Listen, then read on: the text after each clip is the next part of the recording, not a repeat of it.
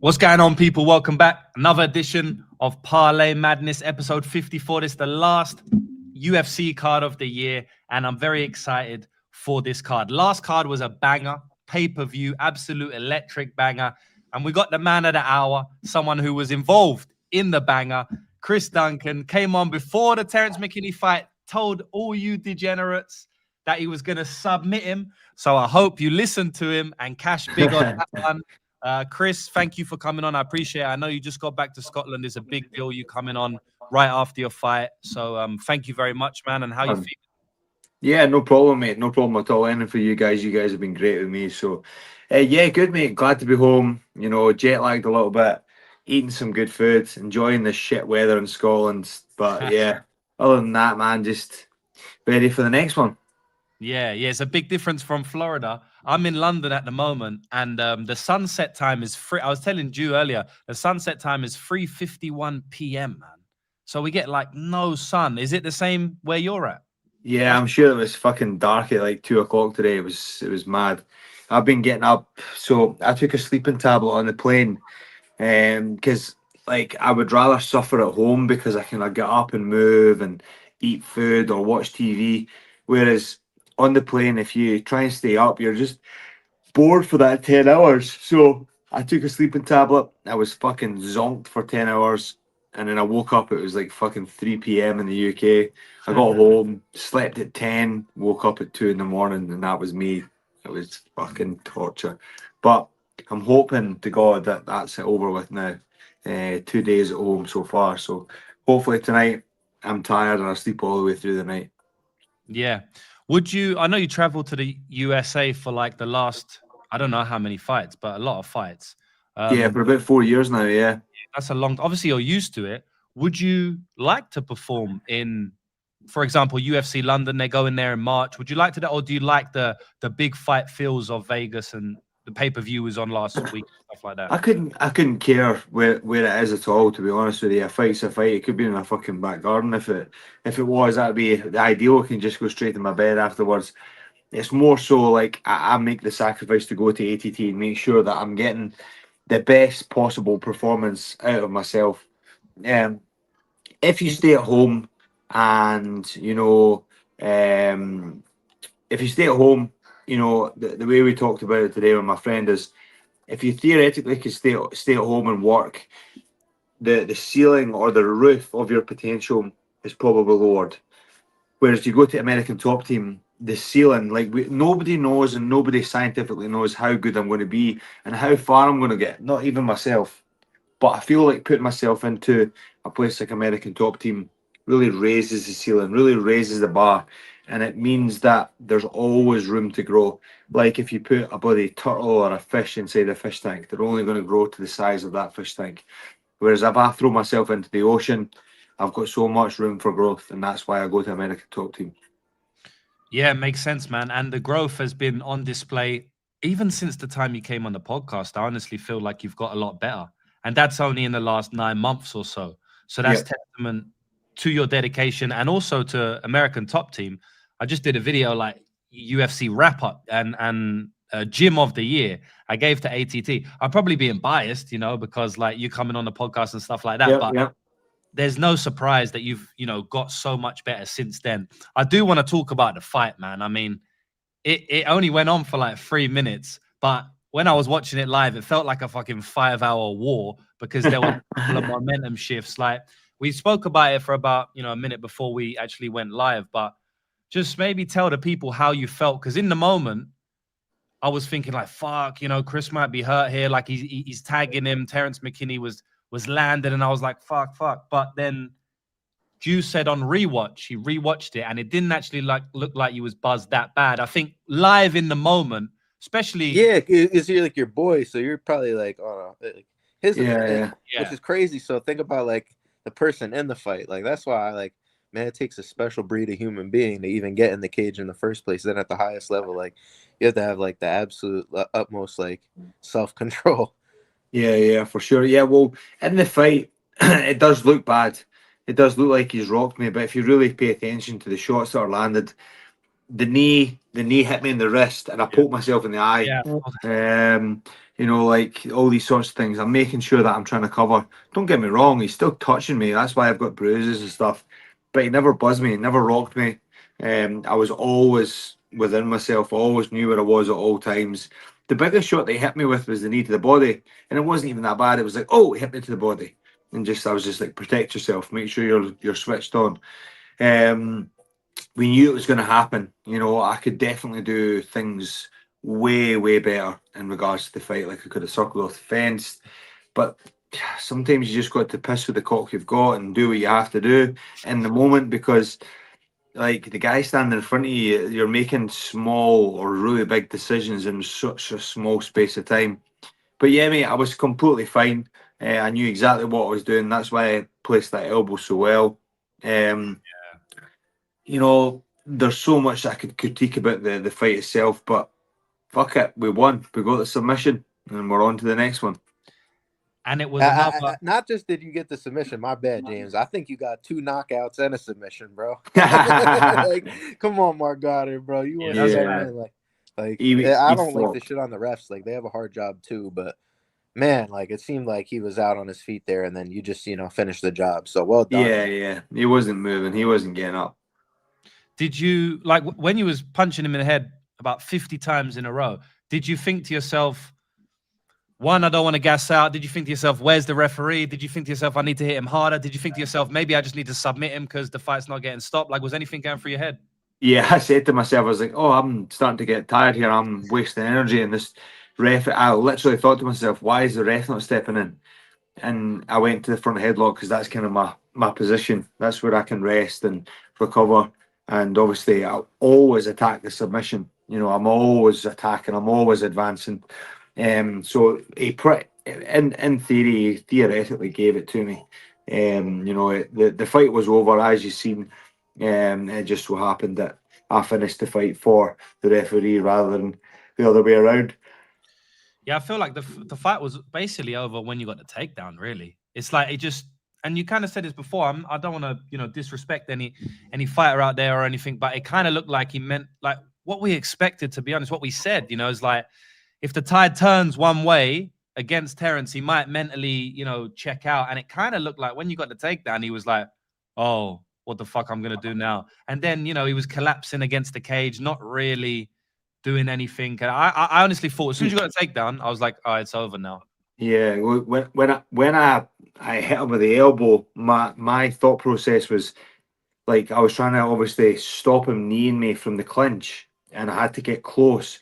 But he was doing a good job of having a posting or a collar tie in, so it wasn't allowing me chest to chest contact. So when he had the collar tie on this side, I put my hand on his wrist and elbowed him. And when I elbowed him, the elbow was obviously meant to land, but I was going to try and pummel an underhook at that point and then shoot for the takedown. But when I hit him with the elbow, he just fell, and I pretty much fell on top of him at the same time. I was actually aiming to get onto his hips, but as he fell at the same time, we ended up obviously in that position. And from the elbow, my elbow's killing me as well. Actually, it's sore, like right on the tip of my elbow is actually sore. So I can just imagine what his forehead is like. But yeah, I think in that moment when I hit him with the elbow, like I remember looking into his eyes when he was kind of flat against the fence and I was punching him. It was like he was almost like dizzy, like his eyes weren't really like focusing in on anything in particular, and the fight was over from then. Probably if I just walked away, he would have just lay on the ground there, sparked out. Yeah, and the finish was pretty amazing. I need to shout out Jew, because you called the anaconda finish. You said it's going to be an anaconda. And the reason you said that, tell me why, is because Chris come on the podcast at the first time you ever come on and you said you practiced the anaconda. Is that why you was saying it? Yeah, no, I didn't talk to Chris all week. I didn't, this ain't no inside info, nothing.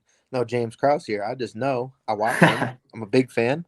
I'm looking at his Instagram, and I see the guy going on these seminars talking about the anaconda. He said it 2 times on the podcast. If you go back, we interviewed him 3 times, and he said, I haven't shown a part of, this is a part of my game I haven't shown. I have so many parts of my game that I haven't shown. I said, hey, man, it's worth a sprinkle, because The other thing is too, like it's a cousin submission, right? Like that's what they say. Like a guillotine and a dorsal and anaconda, they're all cousins, right? Yeah. One goes with the other. So I just took the one that had the highest odds, and it was anaconda. Yeah. And man, you did it. So it was the That's it. craziest call, probably one I ever made. And And thank you for that, bro. the reason why I didn't go for the guillotine on the wall is because what can happen is they can use the wall in their favor. So if they roll to the side of the cage, what can happen is you can end up rolling onto them, and then what happens is your leg, instead of getting into mount right away, you might get in mount, but sometimes the wall gets in the way. So when I went to the guillotine, when I went to the anaconda, I actually get to use the anaconda as, like, imagine the cage is like this. I get to use the anaconda and my body as like a press. So I like press him towards his own chest and his chin onto his chest. And I get to use that as, a kind of weapon. And then if he wall walks and walks his feet up the wall, he can actually escape the anaconda. And then I move on to the guillotine and the darts. So that's why I selected, obviously, the anaconda as the first protocol there, and not just the guillotine. If I was slightly off the cage, I probably would have went to the guillotine. But like I say, I want to use that fence, and that's one of my best weapons. We saw it, baby. We saw it. Let's go. I reckon I reckon you could have went to a headlock and he would have tapped. I think at that point. He was ready. He was ready. You seen him as soon as I rolled him onto his side. His hand was already up, ready to tap. Yeah. People in the chat. Well, someone, I can't see the comment now, but I used to actually text me this before the fight. Because your odds got smashed. People were betting Terrence McKinney. Everyone thought you was injured or something. I don't know why. If anyone in the chat knows why everyone was betting on Terrence McKinney, because the odds moved dramatically. And I wanted to text you before the fight to be like, you all good? Like, is everything all good? But obviously, I don't want. It was like the day before the fight. I don't want to fucking disturb you. Yeah. It's the pimp walk, bro. They think it's a limp, but he's really just a don. Yeah. The only thing that I can think of, genuinely, so there was a mistake on my part when it came to the weight cut. So I arrived at 9 a.m. to the weight cut near enough first on the scales. And I stood on the digital scales, and it turns out my scale was wrong. So, cut a long story short, myself and Grant Dawson shared.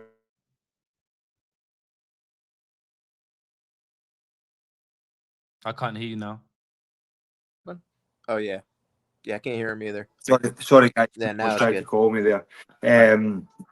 What was I saying? Oh, so I turned up at 9 a.m. to the to the weigh-ins, and the only thing that I can think of people may think is me and Grant Dawson were sharing an Airbnb, and we were actually sharing weigh scales. So he was actually taking my scale from my room to his room, and I think the scale maybe got not tampered with, but you know what I mean. It got maybe decalibrated itself. And then what happened was when I turned up, I thought I was on weight, so I weighed 156.8, and then the guy said to me, "He's like, you're over by 0.8." I was like, fuck. So you'll need to go to the PI. So I went to the PI, sat in the sauna for half an hour, came back, I was on weight. Maybe for somebody from the UFC staff seen that. Yeah, true. Maybe a random, maybe some guy, I don't know. But mate, one of the smoothest weight cuts I ever had. Just a small error on my half. And see, to be honest, the result of that, say I came in at 10 a.m., I still would have made weight. It only took me 30 minutes to get the other pound off. So it's not a big issue. I think that's maybe what could have happened. Could it just also be that people just underestimate Chris Duncan? You know what I mean? Like they do it time and time again. Been an underdog in most of these fights, and like I think people are just like, when will they learn? When will they learn, Chris? Exactly. They might learn in the next fight, depending on who you get. Do you have any? Not call out, but do you have anyone you want to fight?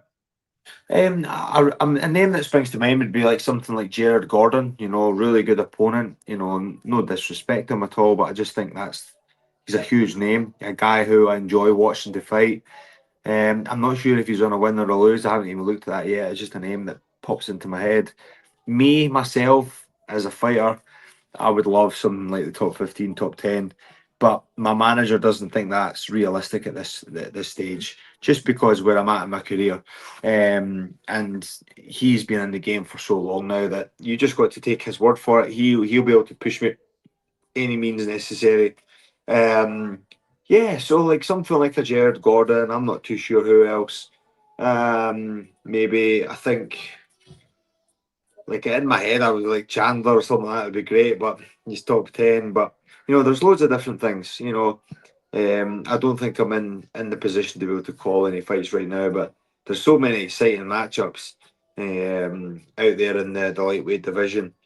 The UFC will line them up and I'll knock them down. That's all I know. I think you are in a position to fucking call for fights, man. I mean, it worked with Terrence McKinney. Like you said the name Terrence McKinney, and then 6 months later you're fighting him.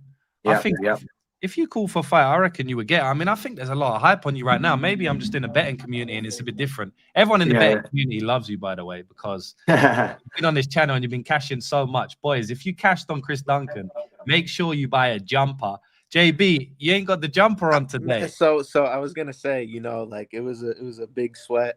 And it was a long week, so I didn't wash it. After the fight, I had to wash it. I got you sweating when you were wearing my t-shirt in the fight, and then you had to change it. You had to wash it.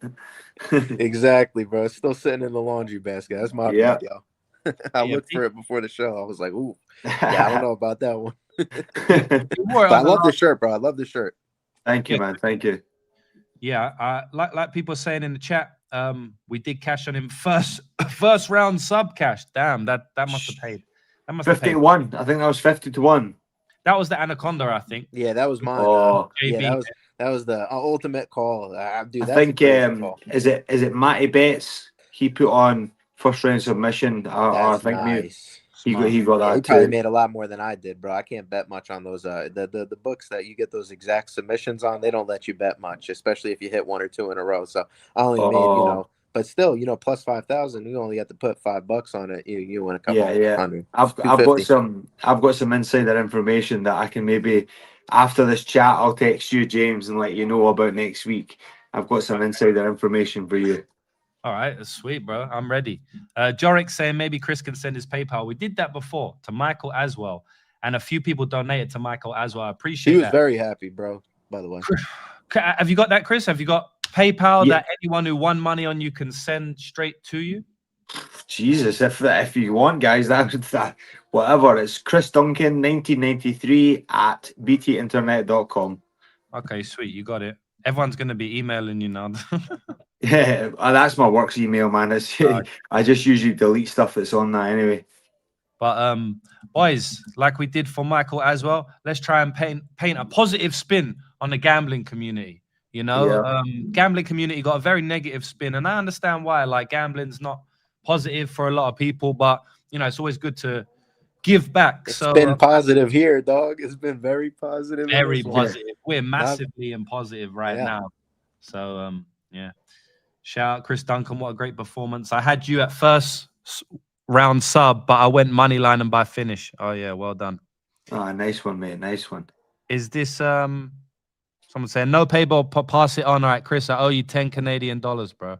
I'm gonna put $10 in the chat, so I owe you $10. If you're in Canada, you're needing all the money you keep it, because that tax bracket is pretty heavy over there. Oh, is it? Is this the one? Yeah.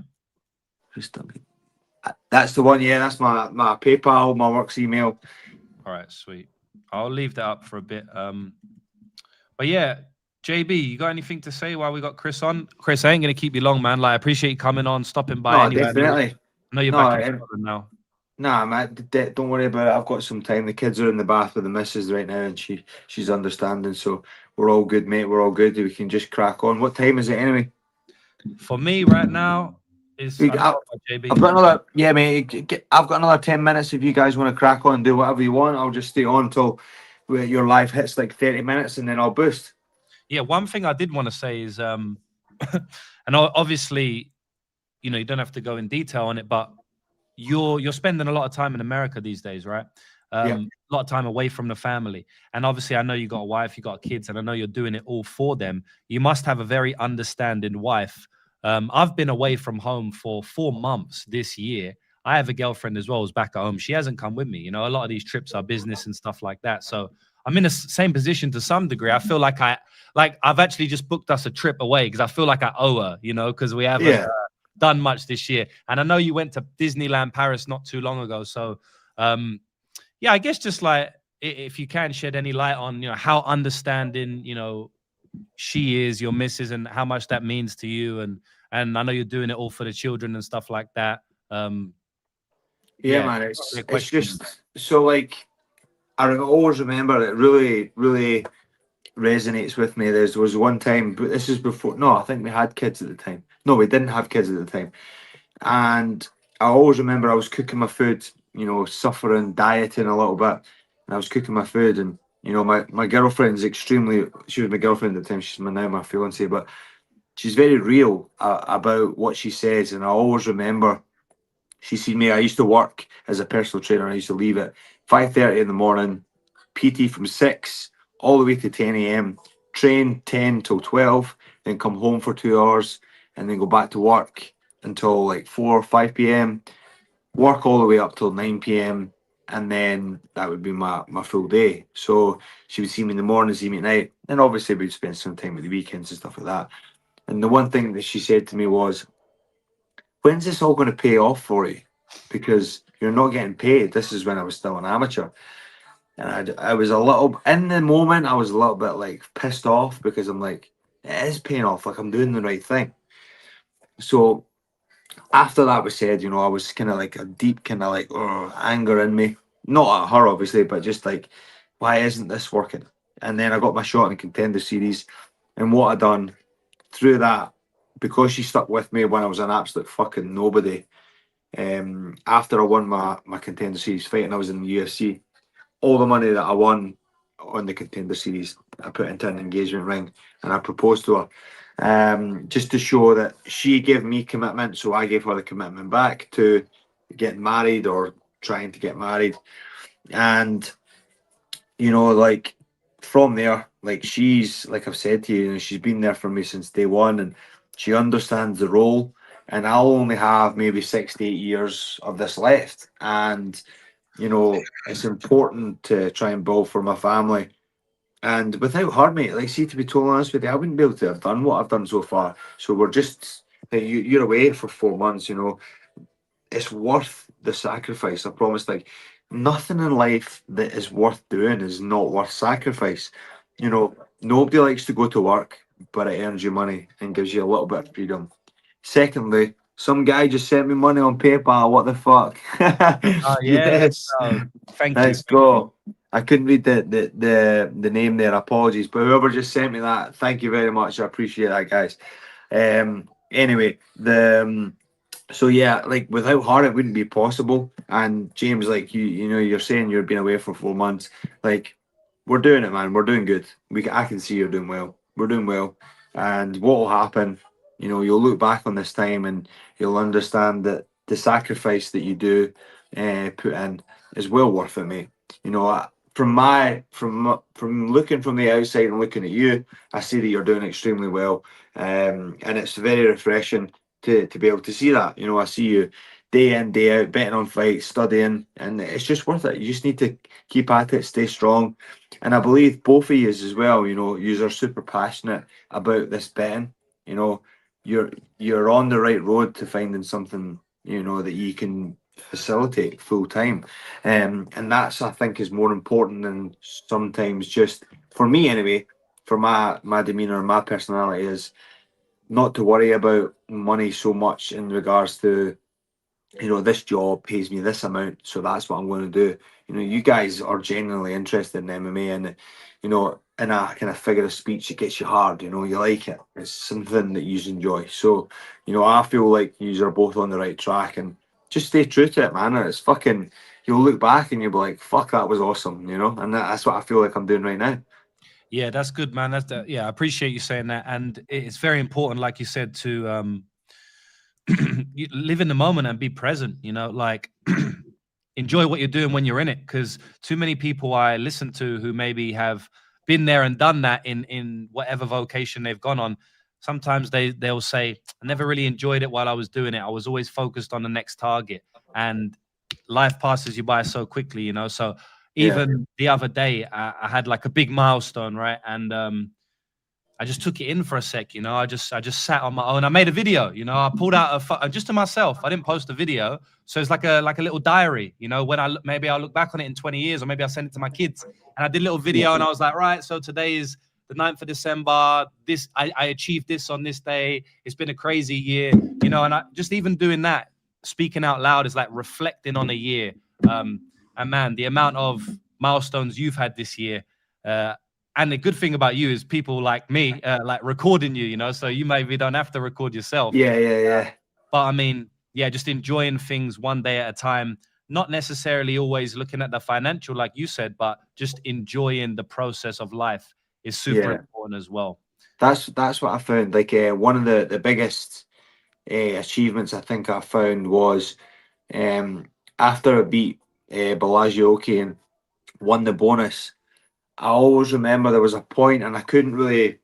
It wasn't the fight that made me feel like this. It was just, I think, a couple of different things from maybe family life and things that I was doing. I became proud of what I've been doing, and one thing that I always say to my missus, and she hates me saying it, so hopefully she doesn't hear me saying it. If I died tomorrow, I would be happy of what I've accomplished. You know, I've got 2 beautiful kids. I've done everything within my power to be in the position I am right now, and I don't think I could do anything better. You know, obviously, there's always the small things, like I could have fucking 360 spinning kicked a guy to the face and got all this media attention. But you know, I'm doing I'm doing what I have to do to be in the position I'm right now. So if I died tomorrow, I would be happy of what I've accomplished in the time that I've had, and that's something to be super proud of. And I think what I'm trying to get across here is that I am proud of what I've done.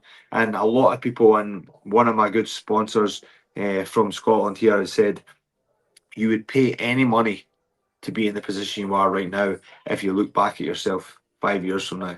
So it's completely right. If you look back at yourself and like 5 years ago, and you would pay any sort of money to be in the position you're in right now, and you know, that's something super close to my heart right now.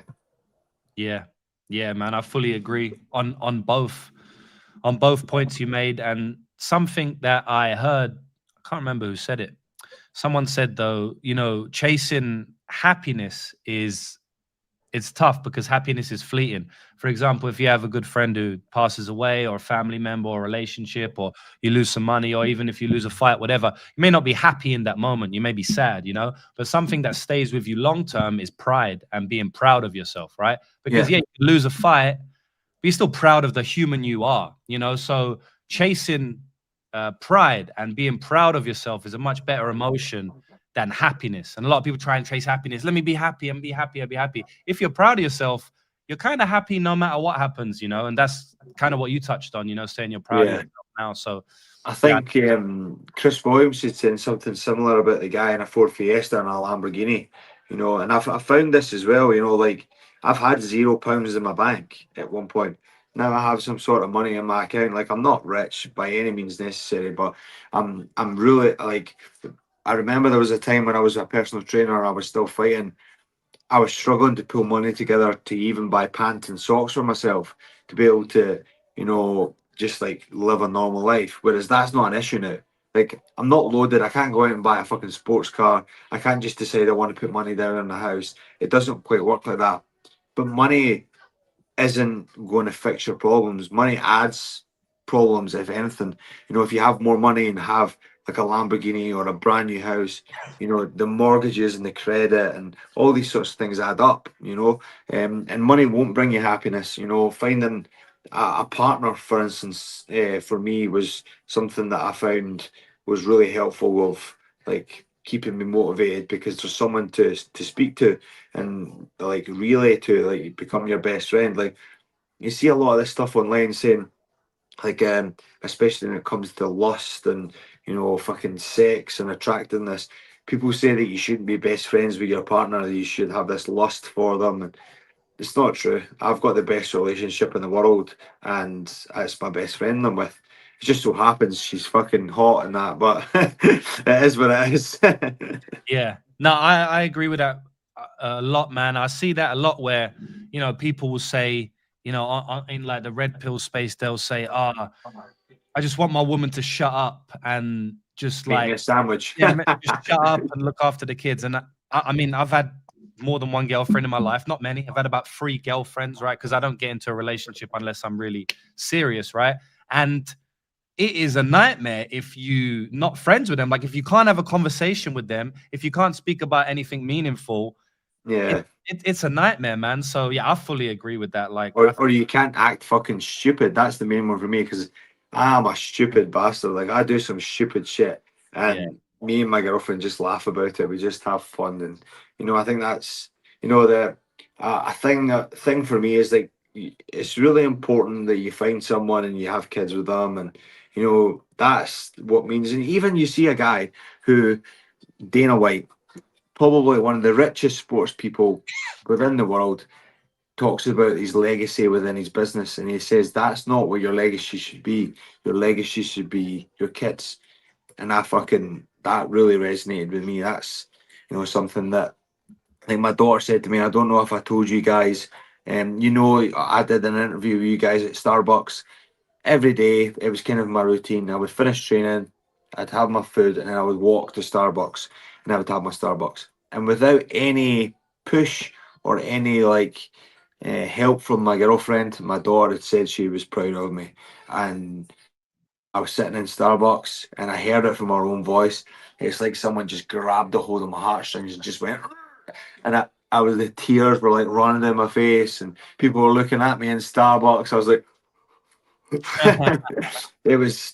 that's what fucking really means. Like, there's going to be money.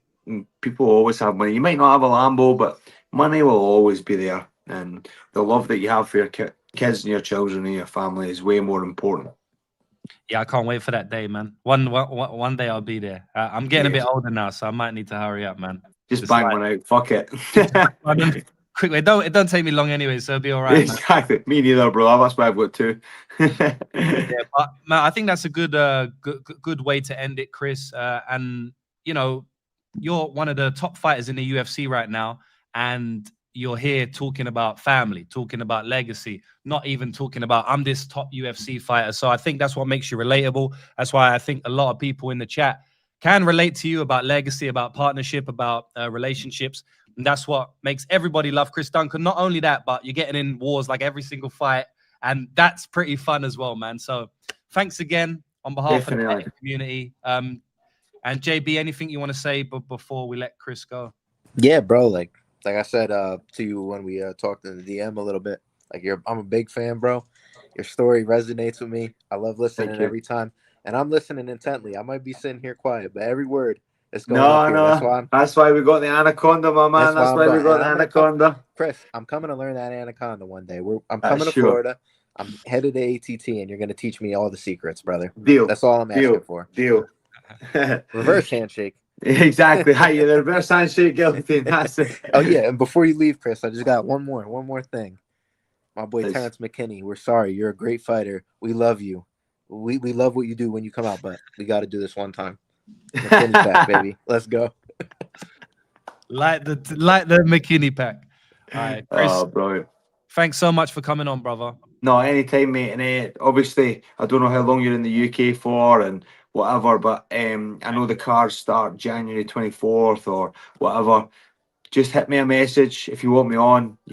Just say the word and we'll catch up. And give me a little text and I'll give you a little bit of insight about next week. I'm doing that right now, man. Thanks so much, bro. I'll catch you soon. Thank you, mate. Speak to you a bit. See you guys. Thank you. What a G, bro. What a G, man. Appreciate the bro Chris Duncan coming on. Tastes so good. And JB, man, I want to apologize. I didn't try and dominate the conversation or keep you quiet or anything like that. I didn't have anything to say, bro. I didn't have anything to say. I was just listening. You're the man. You're the man. I would have interrupted. If I wanted to get in there, I would have interrupted. You did. At one point, you interrupted. I was like, fuck, I didn't even introduce you. I just went straight into Chris, bro. Sorry, because we was talking before, but I don't mean anything by it. Because they didn't have that long. You didn't have that long, like, because he just came in. I only texted him half an hour ago, and he still came in. It's like, it's like 5 p.m. where he is. Yeah, I mean, like you said, he's super humble, bro. He drops time out of his day to come here, and like you said, he's talking about family, talking about real life things, not I'm this or I'm that. So that's why we like him, like you said. It's true, bro. It's true, man. A lot of people can come on and I'm this fighter, I'm gonna knock this guy out and stuff, and that's what you expect to hear. By the end of the day, man, it's just a fucking human, isn't it? So it's nice to hear like his humanity come out, because some of these fighters put that big bravado on and they kind of just like memes to some degree, man. But they all got a story behind them, just like every human on this planet. Even with us, with content creators, like people will watch us like, oh, you're just a gambler and that. You're just a gambler. Me and you have had deep, long storied lives before we got in front of the camera, So to show that, I think it helps. I think it helps relatability. And I don't do that, really. I don't speak about my life in front of the camera because it's weird for me. But I would like to bring it out of someone else, because it's not weird for me to talk about someone else's life to some degree, but I know it would help them. Like if I come out here and now and I talk about my childhood and stuff, that's going to help me loads. Loads of people are going to love me way more, but it just feels a bit weird. But, for an athlete, it's good for them. It grows their brand and stuff like that. And Chris knows that as well. That's why he's open about talking about it. But he's the man. He's had an excellent year, bro. What a year for him, bro. Like me and you as well, bro. We've had an excellent year. Speaking of excellent year, we need to switch into betting mode now, because we was kind of like in interview Chris Duncan mode. But, I mean, boys, this is the last card of the year. So we had to come on. And speaking about the last card of the year, that pay-per-view, is that pay-per-view pack? That's not even a McKinney pack. That's like the whole damn pay-per-view pack, bro. It's all of them. It's all of them. We could talk about Dawson pack got smoked, bro. Yeah, true. But we up 20 units pack. We hit 2 plus 1,000 packs, plus 1,100 packs. Now it was going to be plus 2,000 if Yan didn't get a draw. That was a plus 2,000. That dropped down to a plus 1,000, if I'm not mistaken. I'm just saying, bro. It's been a crazy year. We hit a 52-1 not that long ago with our guy Michael Aswell. We called a lot of good stuff last week. Like, bro, actually Peter Yan, bro. I think somebody put like we're up 100 units in the last like 7 events or something. Is that if that's true, that's pretty freaking crazy. Yeah, that's oh yeah, we are. We're up. This show is up around 100 units since the Aswell one, surely, because I'm going to tell you what we hit now. I'm going to tell you what we hit now. So, like 3 or 4 episodes. I don't know if we count this one, whatever. We hit Michael Aswell KO in round 1 and Julia Pilastri inside the distance. We had 1 unit, just 1 unit flat stakes, not real unit. That was plus 5275. So 1 unit is 52 unit profit. And then we also hit, we had Cody Haddon against Malcolm Wellmaker. Pretty sure that would have fucking cashed. And we had him in a parlay with Valentina Shevchenko. That one cashed. Obviously, Valentina was just a minus 110. So, the parlay drops down to minus 110, which cashed.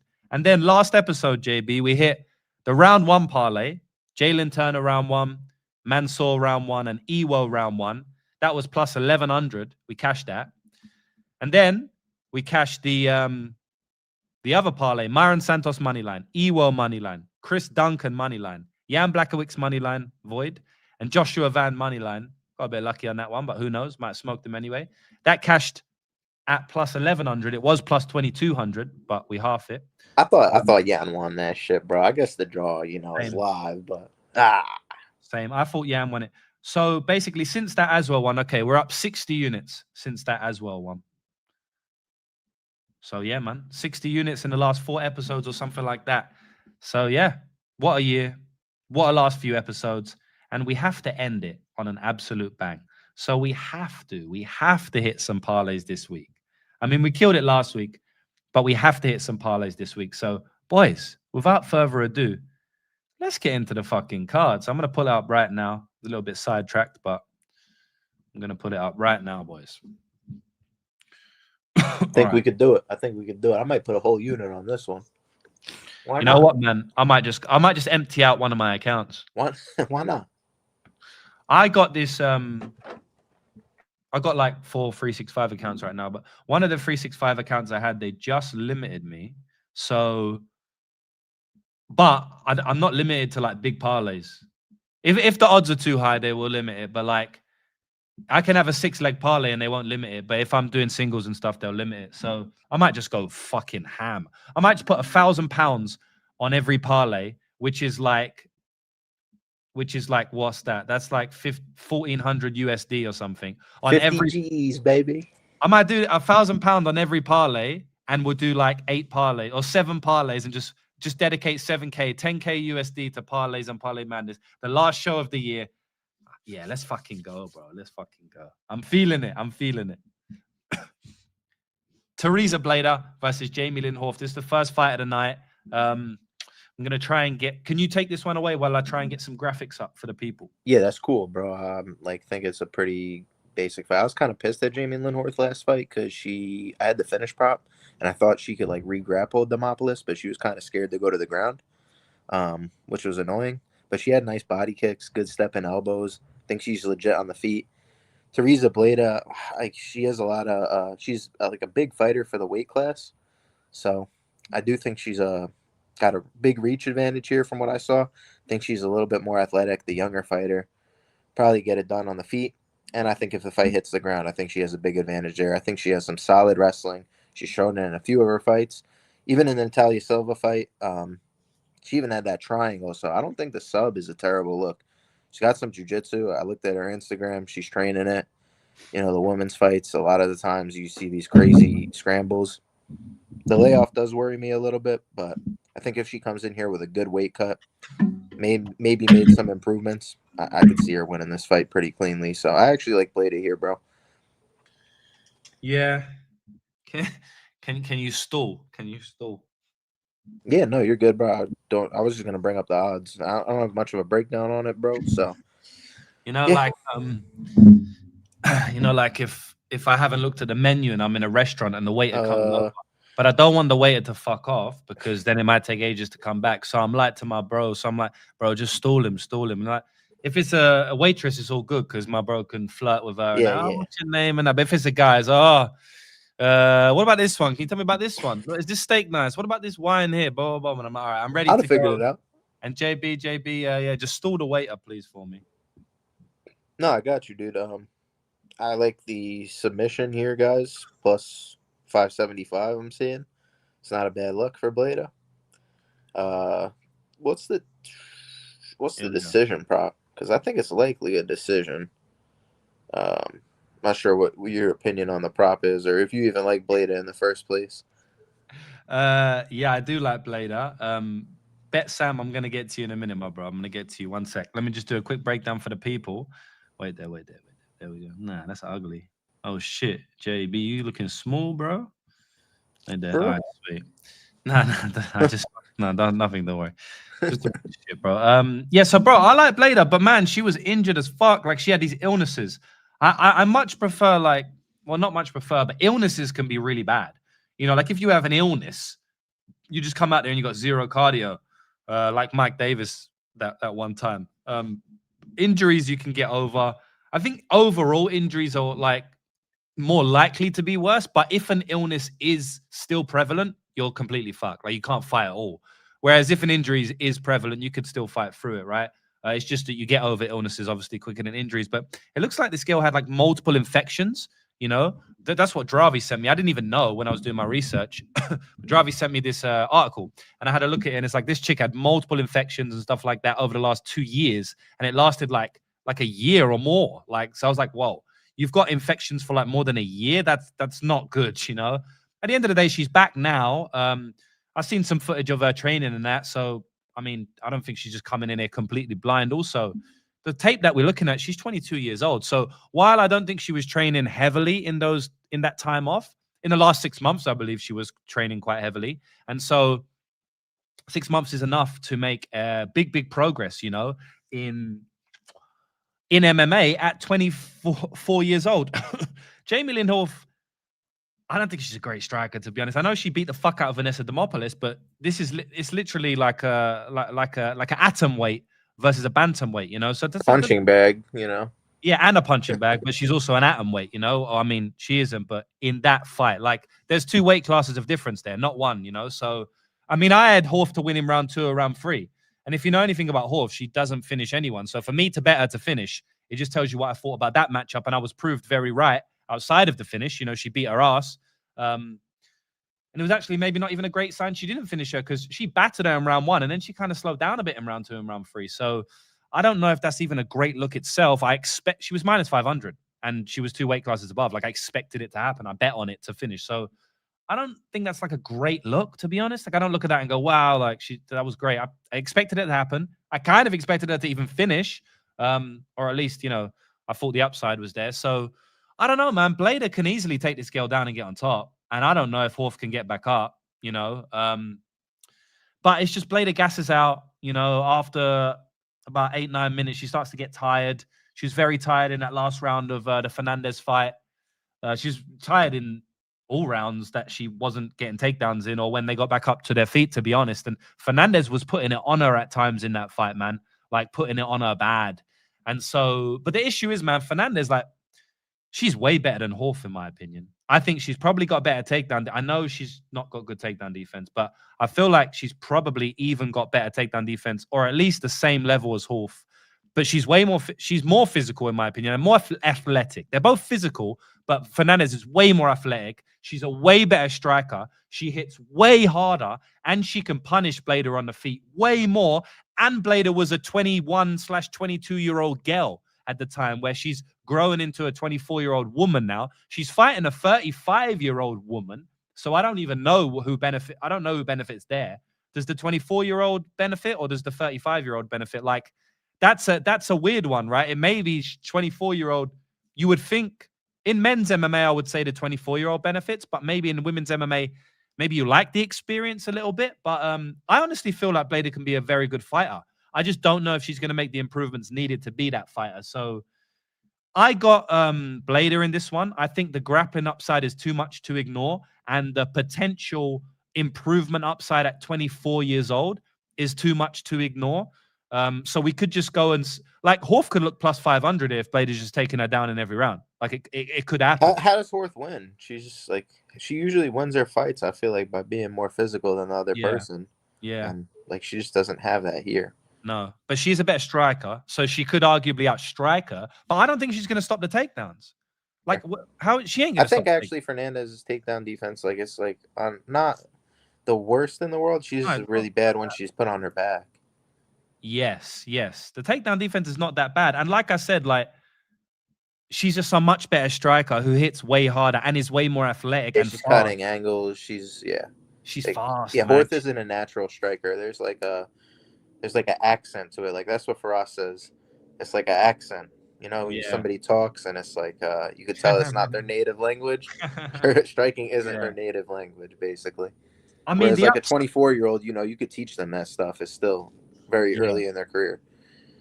Yeah, I mean, the upside on Blader is massive here, you know. And I think if Horf wins, I think, I mean, the only way Horf has big upside at the line is like if Blader comes in completely effed from the injuries, which is possible, but unlikely. And I don't think we've seen it in the octagon before. I don't think we've seen her like proper fucked up and have terrible performances. She's a 22-year-old girl fighting fucking Fernandez, who's a beast, man. And she still won the fight. Unanimous decision. I know it was sketchy, but she won. So, did want to say shout out to my man, Ramil Usubov. Do you grapple, bro? For giving me $50. I'll pass that on to Chris. Yeah, I saw that for sure. That's what's up. Yeah. Someone left me that. Left me a $50. Boys, who sent money to Chris? I want to thank you personally. I want to give you a shout out. Whoever sent money to Chris. And you know, should we do something fun? Maybe I could do everyone send $10 to Chris on PayPal, right? And then I'll pick a winner. Screenshot it. Yeah. I'll pick a winner and I'll send one person $200. So it's a $10 entry, but you can win $200. And you're giving And if you lose, you just gave $10 to Chris Duncan, which is cool anyway. That's a fun one, isn't it, boys? So I'm bankrolling the base. Well, not really, because you still have to pay the $10, but you could win $200 and I'll give someone $200 live on stream. How about we do that? Ramil Usubov, appreciate you, bro. I'll pass that over to Chris as well. So where's Chris's PayPal? And boys, 3 people might enter. 3 people might enter. I don't know. I don't think that many people are going to be sending it. So I don't think. Yeah, maybe now, but yeah, you're in with a chance to win. Yeah, might not even cover the fee. $200. Yeah. All right. This I said we can go quick on, bro. This Jorik's the man. Yeah, I knew that was coming. Jorik, go always count on him. The man, bro. Yeah, we got Alan Fry versus Guilherme Pat. I mean, dude, yeah. I'm not betting on this one. Okay. I heard some people on the over, but I just don't even have enough info. I feel I feel like people who are giving a confident breakdown on this fight, they kind of are playing themselves, bro. Am I crazy? No, you can't give a confident breakdown, in my opinion, on the winner. No, not confident. You can't be. You could talk about the fight. You could say things, right? But like, no, because there's no tape, bro. There's no tape. Exactly. Like, there's like 2 fights of Aaron Turner. It's like, how do you know? How do you know? That's what like. Guilherme Pat looks like good, like visually, but then you realize that he's got no finishing instinct. He doesn't have that much power. He's kind of like Cyril Gane. He's a fugazi. Yeah, he's like, well, yeah, like a French, like, you know, like fugazi, bro, 100%. Yeah, there is tape. Yeah, there's not a lot of tape, bro. I've watched all the fights possible as well. There's not a lot of tape. You got the Guilherme Pat fight from LFA, right, against Quiroz, who's probably one of the most steroided heads in the world. That was crazy, that fight, like in terms of how steroided he was. And then the fight got stopped out of nowhere anyway. I've watched that one. I watched the one where he fought Fat Ronaldo, and I watched one other one which ends fast. And then on the Friday, I mean, I watched too much tape for this one, boys, right? The tape, there's tape and then there's tape, you know, and there's tape and then there's tape, and there's only tape for this. And so that's not good. So, yeah, I mean, who the fuck knows? Who knows what's going to happen? I feel like Pat's just maybe going to outskill him for a bit. Better athlete. Yeah, but Fry's got the will to win that I don't see in Pat, to be honest. Fry's going to push the pace and go like, he's going to go a bit mad. So I don't really know, man. I'll probably just take Fry here, bro. Like, to be honest, if I had to. Because yeah, there's no info. More will to win. More will to win. Yeah, he's the younger guy. He's got more experience. I don't see why you'd bet like the chalk. No. It's just, yeah, there's no upside. There's no upside. Because we don't know anything about him. What's Fry's decision? Like, Fry could be a madman. Like, Fry could just be mad durable and just like come forward consistently and break him late. Like, I'll tell you what now, Pat looks like someone who you can break with grappling late. You know what I mean? Like, he looks like Cyril Gane, bro. Like, he looks like that type of guy. You can, yeah, he's going to outskill you for a bit, but if you keep pushing, like, you can break him. That's what it looks like. I'm not saying it's going to happen because, again, we don't know, man. They ain't fought anyone. All right, boys. So is this fight goes to decision crazy? Like, it's not crazy at all. What's the line? I might bet it. It's pretty. The over 1.5 is plus 140, and the fight goes is plus 400. Yeah, I've been trying to keep it quiet, but let's just move on. We'll my bad. No, because I ain't bet. I see. Luana Santos versus Melissa Cronin. I mean, the cat's out of the bag, boys. Like, we might as well just write it down. Nah, I want it for a parlay anyway. What are we saying? Yeah. Listen, it's just you play plus money here. You play plus money here. That's what you do. Exactly. That's it. Just spam the plus money, guys. Alan Fry plus 150. Over 1.5 is plus 140. We've been giving this shout out all year, James. Like, it's not gonna last forever, people. That's what you gotta just remember at the end of the day. Yeah. Enjoy, like we were talking about, enjoy it while it lasts. You're gonna miss us when we're gone, boys. Big facts. Big facts. Yeah. I don't know who else is out there, like, because boys, we ain't giving out. Like, I'm not breaking down the whole card and then locking in bets.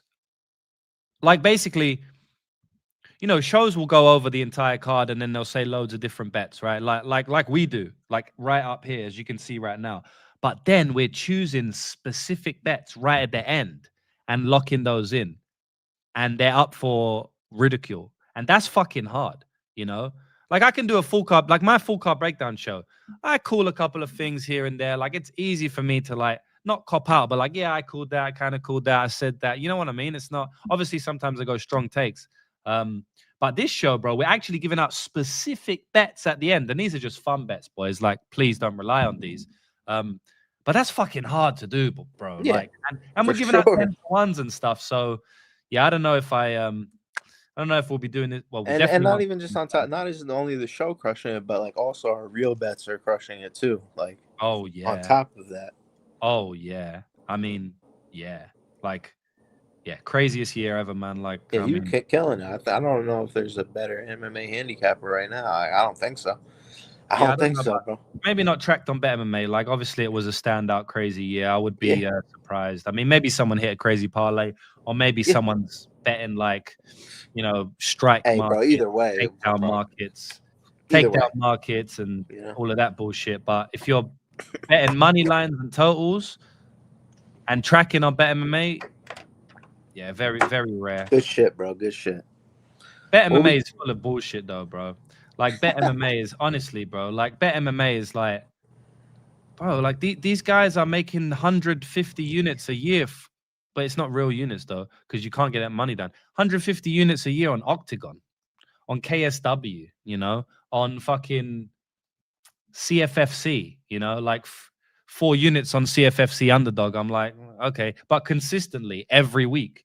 They're betting like 6 organizations a week. Like, it's just, but you can do that, but don't be screaming 200 units in profit because it's just complete bullshit because you got it off CFFC, How much is your UFC profit this year?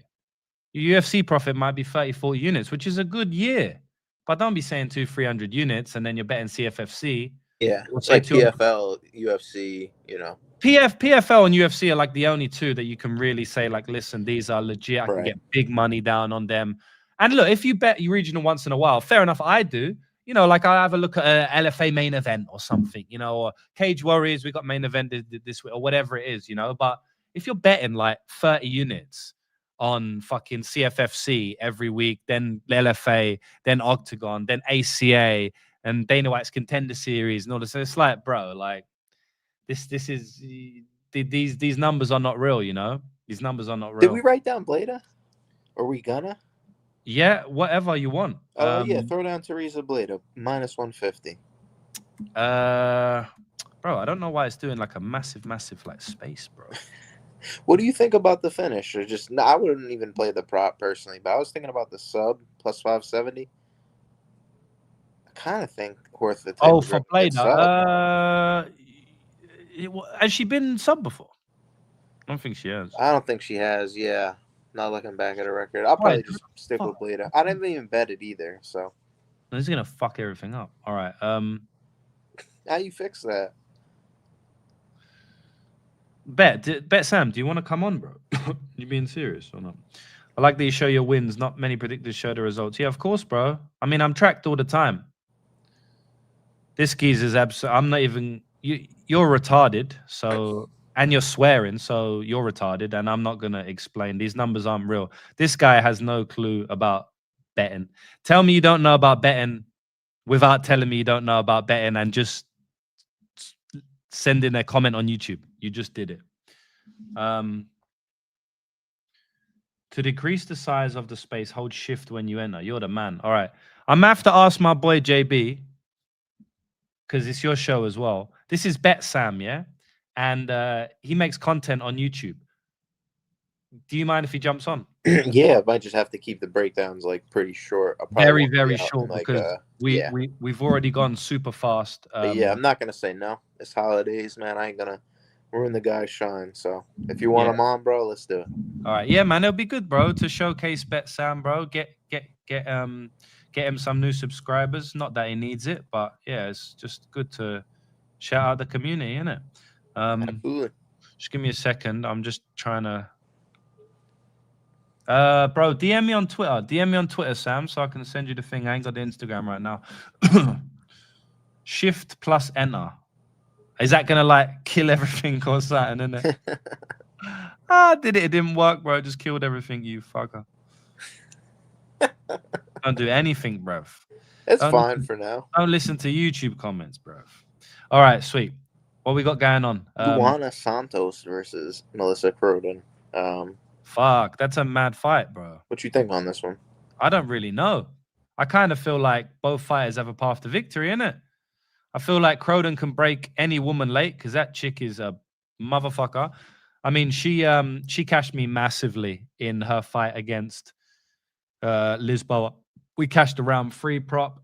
We put her in parlays on Parlay Madness. Like, I had her money line. We did a lot with Melissa Croden. But she can be taken down. Lisboa took her down. She's been taken down before in regional. Like, she could be taken down by Santos and murked. But Santos gets a bit tired in fights, and now I don't know if I can trust her in a 15-minute performance. So I don't know, man. It's a good fight. Maybe like the doesn't go to decision or something I like think that. the same as last fight, bro. You just take the plus money. Yeah. Bro, I don't mind it doesn't go to decision. Plus 180. Don't you think that's all right? Yeah, that's what I was going to say. I think you just take the plus money in this fight. Yeah. Okay. I think Santos could sub her on the ground. I think Croden could win, late in the fight. Break her, ground and pound. Santos ends up shooting a takedown, winding up on bottom. I definitely could see that. Croden tracks hard on the feet. I could see her hurting Santos later in the fight on the feet if Santos' takedown's not working. And, the skill gap on the ground could be big. Santos, she's got that judo background. Interesting way of getting to the takedowns. And I think, once she gets there, the good thing about her takedowns is she lands in a dominant position. And one, that many people aren't used to, like she's trapping that arm in that like kind of crucifix position. She's attacking key locks. She's getting to the mount. You give up your back. And that's how she gets those strokes. So she's very skilled in the way she goes about it. The younger fighter as well. I feel like it's a 50-50 fight, bro. And yeah, that's it. Plus 180 is not bad. Yeah, I mean, I just don't know if Santos could finish Croden because Croden's super tough, She's a brown belt in BJJ too. Like she's not like the worst, but no, she's all right at jiu-jitsu, to be honest. yeah, I'm not saying I'll play either of them, but if I had didn't to highlight pick something, anything. I tried both, bro. It didn't work. This is onlinenotepad.com, yeah? This is not Word, so it's the rules, same rules, I guess, don't apply. But yeah, sweet. I guess we can move on. What's the next fight tonight? Sean Sharaf versus Asplin. I shot the sheriff, but I didn't shoot the deputy. I shot the sheriff. Who you got in this one, bro? I got Asplin, bro. Damn, these are two big boys, bro. There's one a lot bigger than the other, though. Yeah, and that's I why like I'm people like him. that too, like with that losing weight background. Maybe I feel like his price might be a little hyped up because the Contender Series, though. But I'm not high on his opponent either, to be honest. Like Sharaf, it doesn't have good cardio. I feel like he struggles to get fights to the ground sometimes because of his size. Tafa's not good on the ground, bro. Not good on the ground. So yeah, exactly. I feel like this is, it's going to be. You kind of said it on your breakdown video. The guy just, could be in the wrong weight class. Probably could make 205 pretty easily, but then the skill goes up, right? Yeah, definitely can make 205, bro. He's fought at 205. Look like Jared Gordon. He does look like a fatty Jared Gordon, though. He's fought 205 before. Yeah, he can make 205 for sure, easily. So yeah, that's not a good sign. I don't know if I trust Asplin here though. I've seen some fights, Freeman. I feel like the Freeman fight's not I think Freeman's actually pretty fucking good, bro. He is good. I think he's good. I think a lot of people are gonna underrate him after that last performance, low key. Yeah, he's fighting Josh Hockett, right? Yeah, that's crazy though. But that's a mad fight. I think that's a closer fight than people are gonna think. Does Freeman have wrestling credentials, or is he just good at it? He must. No, I thought he was a wrestler. No, maybe I'm tripping. Yeah, but I don't know like his credentials. Oh, I mean, shit. Because Josh Hockett has solid credentials or not? No, he was a football player. He's a football player. Oh yeah, I'm bugging out. Yeah. Yeah, I wonder who wins the wrestling there because Josh is a physical cunt, isn't it? Very. I thought Hockett might have wrestled too, though. No. Yeah, he must have. did both. I thought that'd be a good fight, bro. It is. They're fighting. Yeah, I know. January 24th. Yeah, it's gonna be a good one, bro. That's a banger. The first card of the year. 6 weeks, bro. It's gonna be a long time. So what do you want to write down for this one, or who you got in this one? You said Asplin. Like, how do you think he gets it done? I just think he's fighting in the wrong weight class. I think Sean Sheriff's going to throw some big shots. He could knock him out in round 1. If he doesn't, he's going to get tired from throwing those big shots and not knocking him out. Or he's going to try and grapple, and he's not going to be able to grapple Asplin because Asplin is concrete and he's too big, and he's just going to get tired. And then I think in round 2 and round 3, Asplin's probably just going to find himself on top or just finish him from like TKO. So I think Asplin 2-3 in my opinion. Unless I'm looking up the wrong guy, I think Freeman got signed to the WWE. Is this him? Yeah, I think so. Can't really tell. He got signed to the WWE in 2022, bro. Who, Freeman? Yeah, but he was a wrestler. He was a. That's mad. I'll send you the link after. Freeman, he can do it all. He can do it all, dude. That's crazy. He kickboxed in his last fight. He was in the Marines. Who Sheriff? Freeman. Sheriff was in the Marines as well. Oh, no. Look at these guys. They do it all. New breed of heavyweight. Bro, I'm staring at an owl. Why is the owl out so early? I don't know. I'm scared, bro. That's where they come out in the evening. Does he not see me or does he not care? Oh, I'm getting attacked, bro. I'm out of here. I'll be right back. JB scared of birds. Didn't have that one in my bingo card. Owl attacking JB. Send out prayers to JB, man. We hope he's all good. Boys, what's the Asplin price for 2-3? Let me have a look then on my account right now. Yeah, JB smoked too much. He got too paranoid. I mean, I've never seen that before. What the fuck? Fucking owl, bro. A fucking owl? At this time? What the fuck? That's a deranged owl, bro. If he's out right now, he's deranged. That's wild, bro.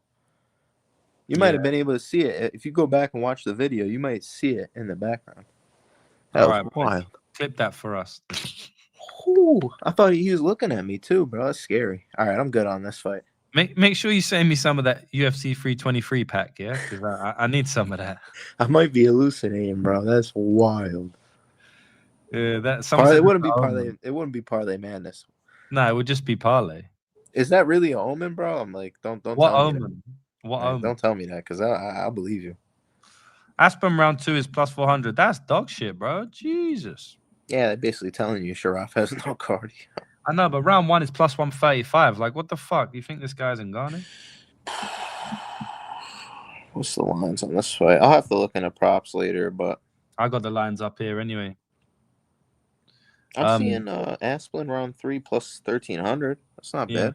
Yeah, that's all right. No, it's good. Neil Magny versus Amasov. I got Amasov smoking him in the first 2 rounds, bro. Yeah. If he doesn't, then it's kind of a just indictment of his career. So, but from what I see, I think Neil Magny kind of could get grappled in his fights, and I don't think he wants to. Yeah, so that's it, bro. I'm on Amasov here. After 50 fights, we've come to the conclusion that Neil Magny can kind of be grappled. Yeah, that's it. I think he'll choke him out, bro. First round, most likely. Yeah, Darce choke. Yeah, I think it's like we know the story, so that's it. Maybe I look stupid like Grant Dawson. Bro, why, Sam? We don't want to know that, bro. What are you doing? Bro? It's all good, bro. Like, that's what it means, man. Shit. At least I want to know. Like, man, that's I don't want to know. I want to be ignorant. Yeah, ignorance is bliss. You know that it doesn't matter what anything means if you don't believe it. See, that's facts. Yeah, you're right. You guys don't know that, guys. Let me tell you a secret about life. Yeah, let me tell you a secret about life. You know, karma isn't real unless you believe it. So you see them psycho motherfuckers. Listen, someone's gonna point out the one, the outlier. See them psycho motherfuckers that murder their whole life. If they don't believe nothing's wrong with it, karma ain't gonna affect them. But boys, Who the fuck is that in your profile pic, Sam? All right, I'm gonna send Sam the Hey, bro. To be honest, bro, like I might have to like pull out of that one because I only got like 20 minutes left. Like it's probably not worth. All right, Could we get him on next year, bro? Okay, I'll get him I'm on sorry, maybe. Bet Sam. I really don't have like a lot of time. I'm not All trying right, to. sorry. We'll be fine. No, it's okay, bro. It's not. It's if we pre-planned it would have been better, bro. But nothing against you, bro. It's tough. It's tough to just do it on the spot like that, Sam. Right. We'll we'll try to get you in after if JB goes too fast or just whatever next week. Well, not next week, but we'll sort it out, my bro. We'll figure it out, bro, for sure. All right. So sorry, man. I've been waffling, bro. You're good, G. You're good. I'm gonna run this, and I'm gonna write Amasov submission, which is what, like plus. I thought it was like plus 170, probably plus 200. You could get. It was plus 170. I can see plus 180. What the book I'm at is plus 180, so I'm gonna leave it like that. Perfect. Okay, sweet. What's round one sub? Any better? Nah. Wow, round one. That would be a statement, wouldn't it? I mean, he's been subbed in round one a ton of times, though. Yeah. I know. Amasov, the layoff, been a decision. Plus 425. But it's just a specific matchup. Yeah, I don't hate that. Okay, what else we got? Next one. Joe Anderson Brito versus Isaac Thompson. I haven't looked into this fight yet, bro, so I'll let you take this one. Neither have I. We got to skip it. Sorry, boys. I can't speak about a fight I've not taped. For those of you who don't know, that fight was announced 48 hours ago. So he was a plus 525 at open, and now he's plus 188. So that's crazy. People are betting Thompson. That's all I'll say. That's crazy.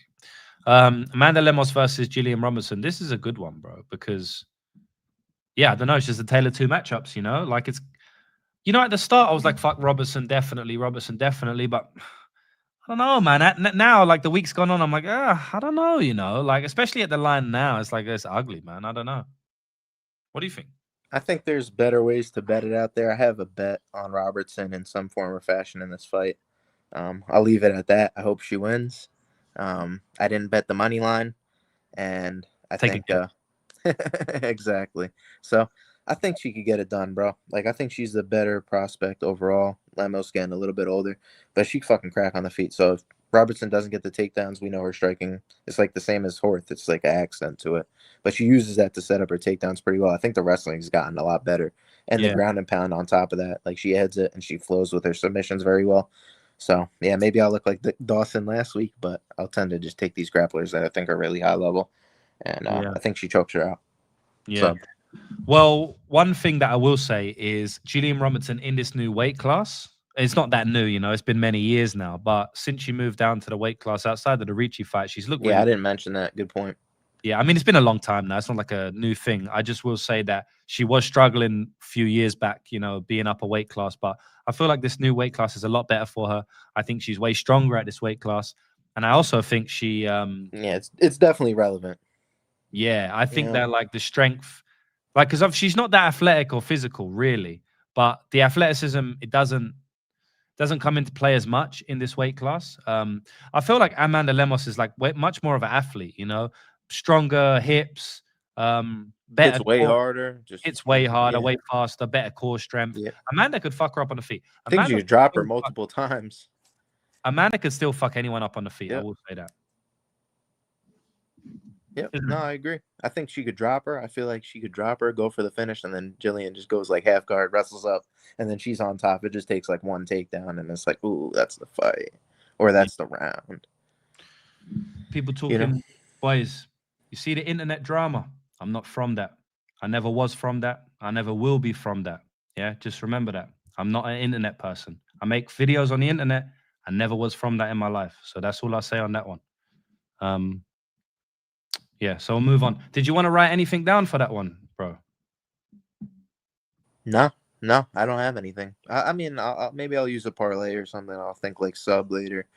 I think she gets a sub. So ends ITD because both girls could finish, or is it a bit square? Like not square because it's plus, but I mean, it's still a woman's fight at the end of the day. Like I've seen Lemos just sit on guard, but I feel like Jillian's a better finisher than some of these other people. Like who? Like Dern. Even Zhang. Zhang. Yeah. Yeah. You reckon on top she's a better finisher? Yeah, she flows the ground and pound better. And Yeah. she's showing like it lately. I kind of agree, you know, which is kind of crazy to say she's a better finisher than Zhang on top. But She gets finish Zhang a down. Sparza? It's just a different type of a finisher, right? Because I don't think she'd finish a Sparza, but Zhang did. But because she was so athletic, like that finish over a Sparza was fucked. You know, Jillian could never do that. But Jillian's like consolidate position better. She's a bit smarter in the jiu-jitsu. Like if Jillian rolled with Zhang, she'd probably sub her, innit? Yeah, oh yeah. I think she fought and got on top. She could also sub her. Yeah, that would be crazy. She subbed Rose Namajunas recently, innit? Like 2 years ago or something in Yeah, that was weird. grappling contest. How did it happen? She just like it looked like she just gave up. It was like a no hooks rear naked choke, I think. Yeah, I mean, Rose. It just seemed weird. Did you look into this next fight too, or did you want to write the fight doesn't go down? I honestly don't. I'm not confident with it, honestly. Bet. Let's have a look. Sorry, because I need to switch between like 4 tabs, bro. So is this tab showing? Good, bro. No, I didn't. Look, the only thing I know about Lance Gibson Jr. is his old man. His dad was in the UFC a while back, and yeah, I remember this guy now. I bet against him, right? So he fought this guy called Raymond Pinner, right? And I bet on Pinner, and Pinner was like plus 400 here, so he won. He got battered round 1, like he got taken down and mauled, as far as I can remember. This is 2021, boys. He's testing my memory now. And then round 2, he finished. I mean, the guy, Raymond Pinner, is like plus 400, you know, as you can see here. So I don't think I rate Lance Gibson that much if I'm betting on a plus 400 against him. But at the same time, it's plus 400, so maybe I just took the shot because of that. But he did get jab KO'd here, which wasn't good at all. I feel like I might have even bet him there, which is really embarrassing. But I don't know if I did. I think I did, though. So I know he's a wrestler. I know that. I know, or at least he has a wrestling background. So outside of that, I ain't got much to say. I mean, Bobby Green's like done, you know, in my opinion. I mean, it hasn't looked good for him at all. The Jim Miller fight, in my opinion, wasn't a great look against someone who is also done, in my opinion. Ruffy, I bet on Ruffy KO round 1. It was so easy to call. That was a crazy knockout. Paddy Pimblett fight, I either bet on Paddy or the under there, like easy one. Jalen Taylor, like he hasn't looked good in years. Grant Dawson, are we taking too much away from like that? You know, like I don't know. Do you have any take on this one? Nah, I gotta look more into it, bro. Truth be told, this is one of the other fights because like the prop market didn't even come out. I still had a lot of stuff to do. So yeah, I think Green likely wins the decision though. From what I'm remembering from both. Was Gibson on? He went on the Contender Series, was he? No. He just went straight to the UFC. Yeah, random minute. Yeah, I'm gonna have to watch more on him, bro. Yeah, same. Those are 2 fights that were made in the last 48 hours, or you know, I think that was a few days ago. I could talk way more on this one, bro. Like, yeah, I want to hear your take on this one with the grappling and stuff. It's weird. Like, I think Buchecha not the best wrestler. I don't really trust jiu-jitsu guys and MMA guys. Like, I really don't. They don't learn how to wrestle until later in their career. Sports jiu-jitsu isn't good for MMA past basically a blue belt, in my opinion, when you could be spending time doing it. That being said, if the guy gets you on the ground, he still has a ton of skill in that aspect, right? Like, it's still good to know how to be a great jiu-jitsu player. It's not like the end of the world. Guys have won fights using it. So if he gets Kennedy to the ground, Kennedy's been a mark there before. I don't think he's a real heavyweight. I think it's shown that he's, not the real heavy. And I feel like he can get flustered when you pressure him.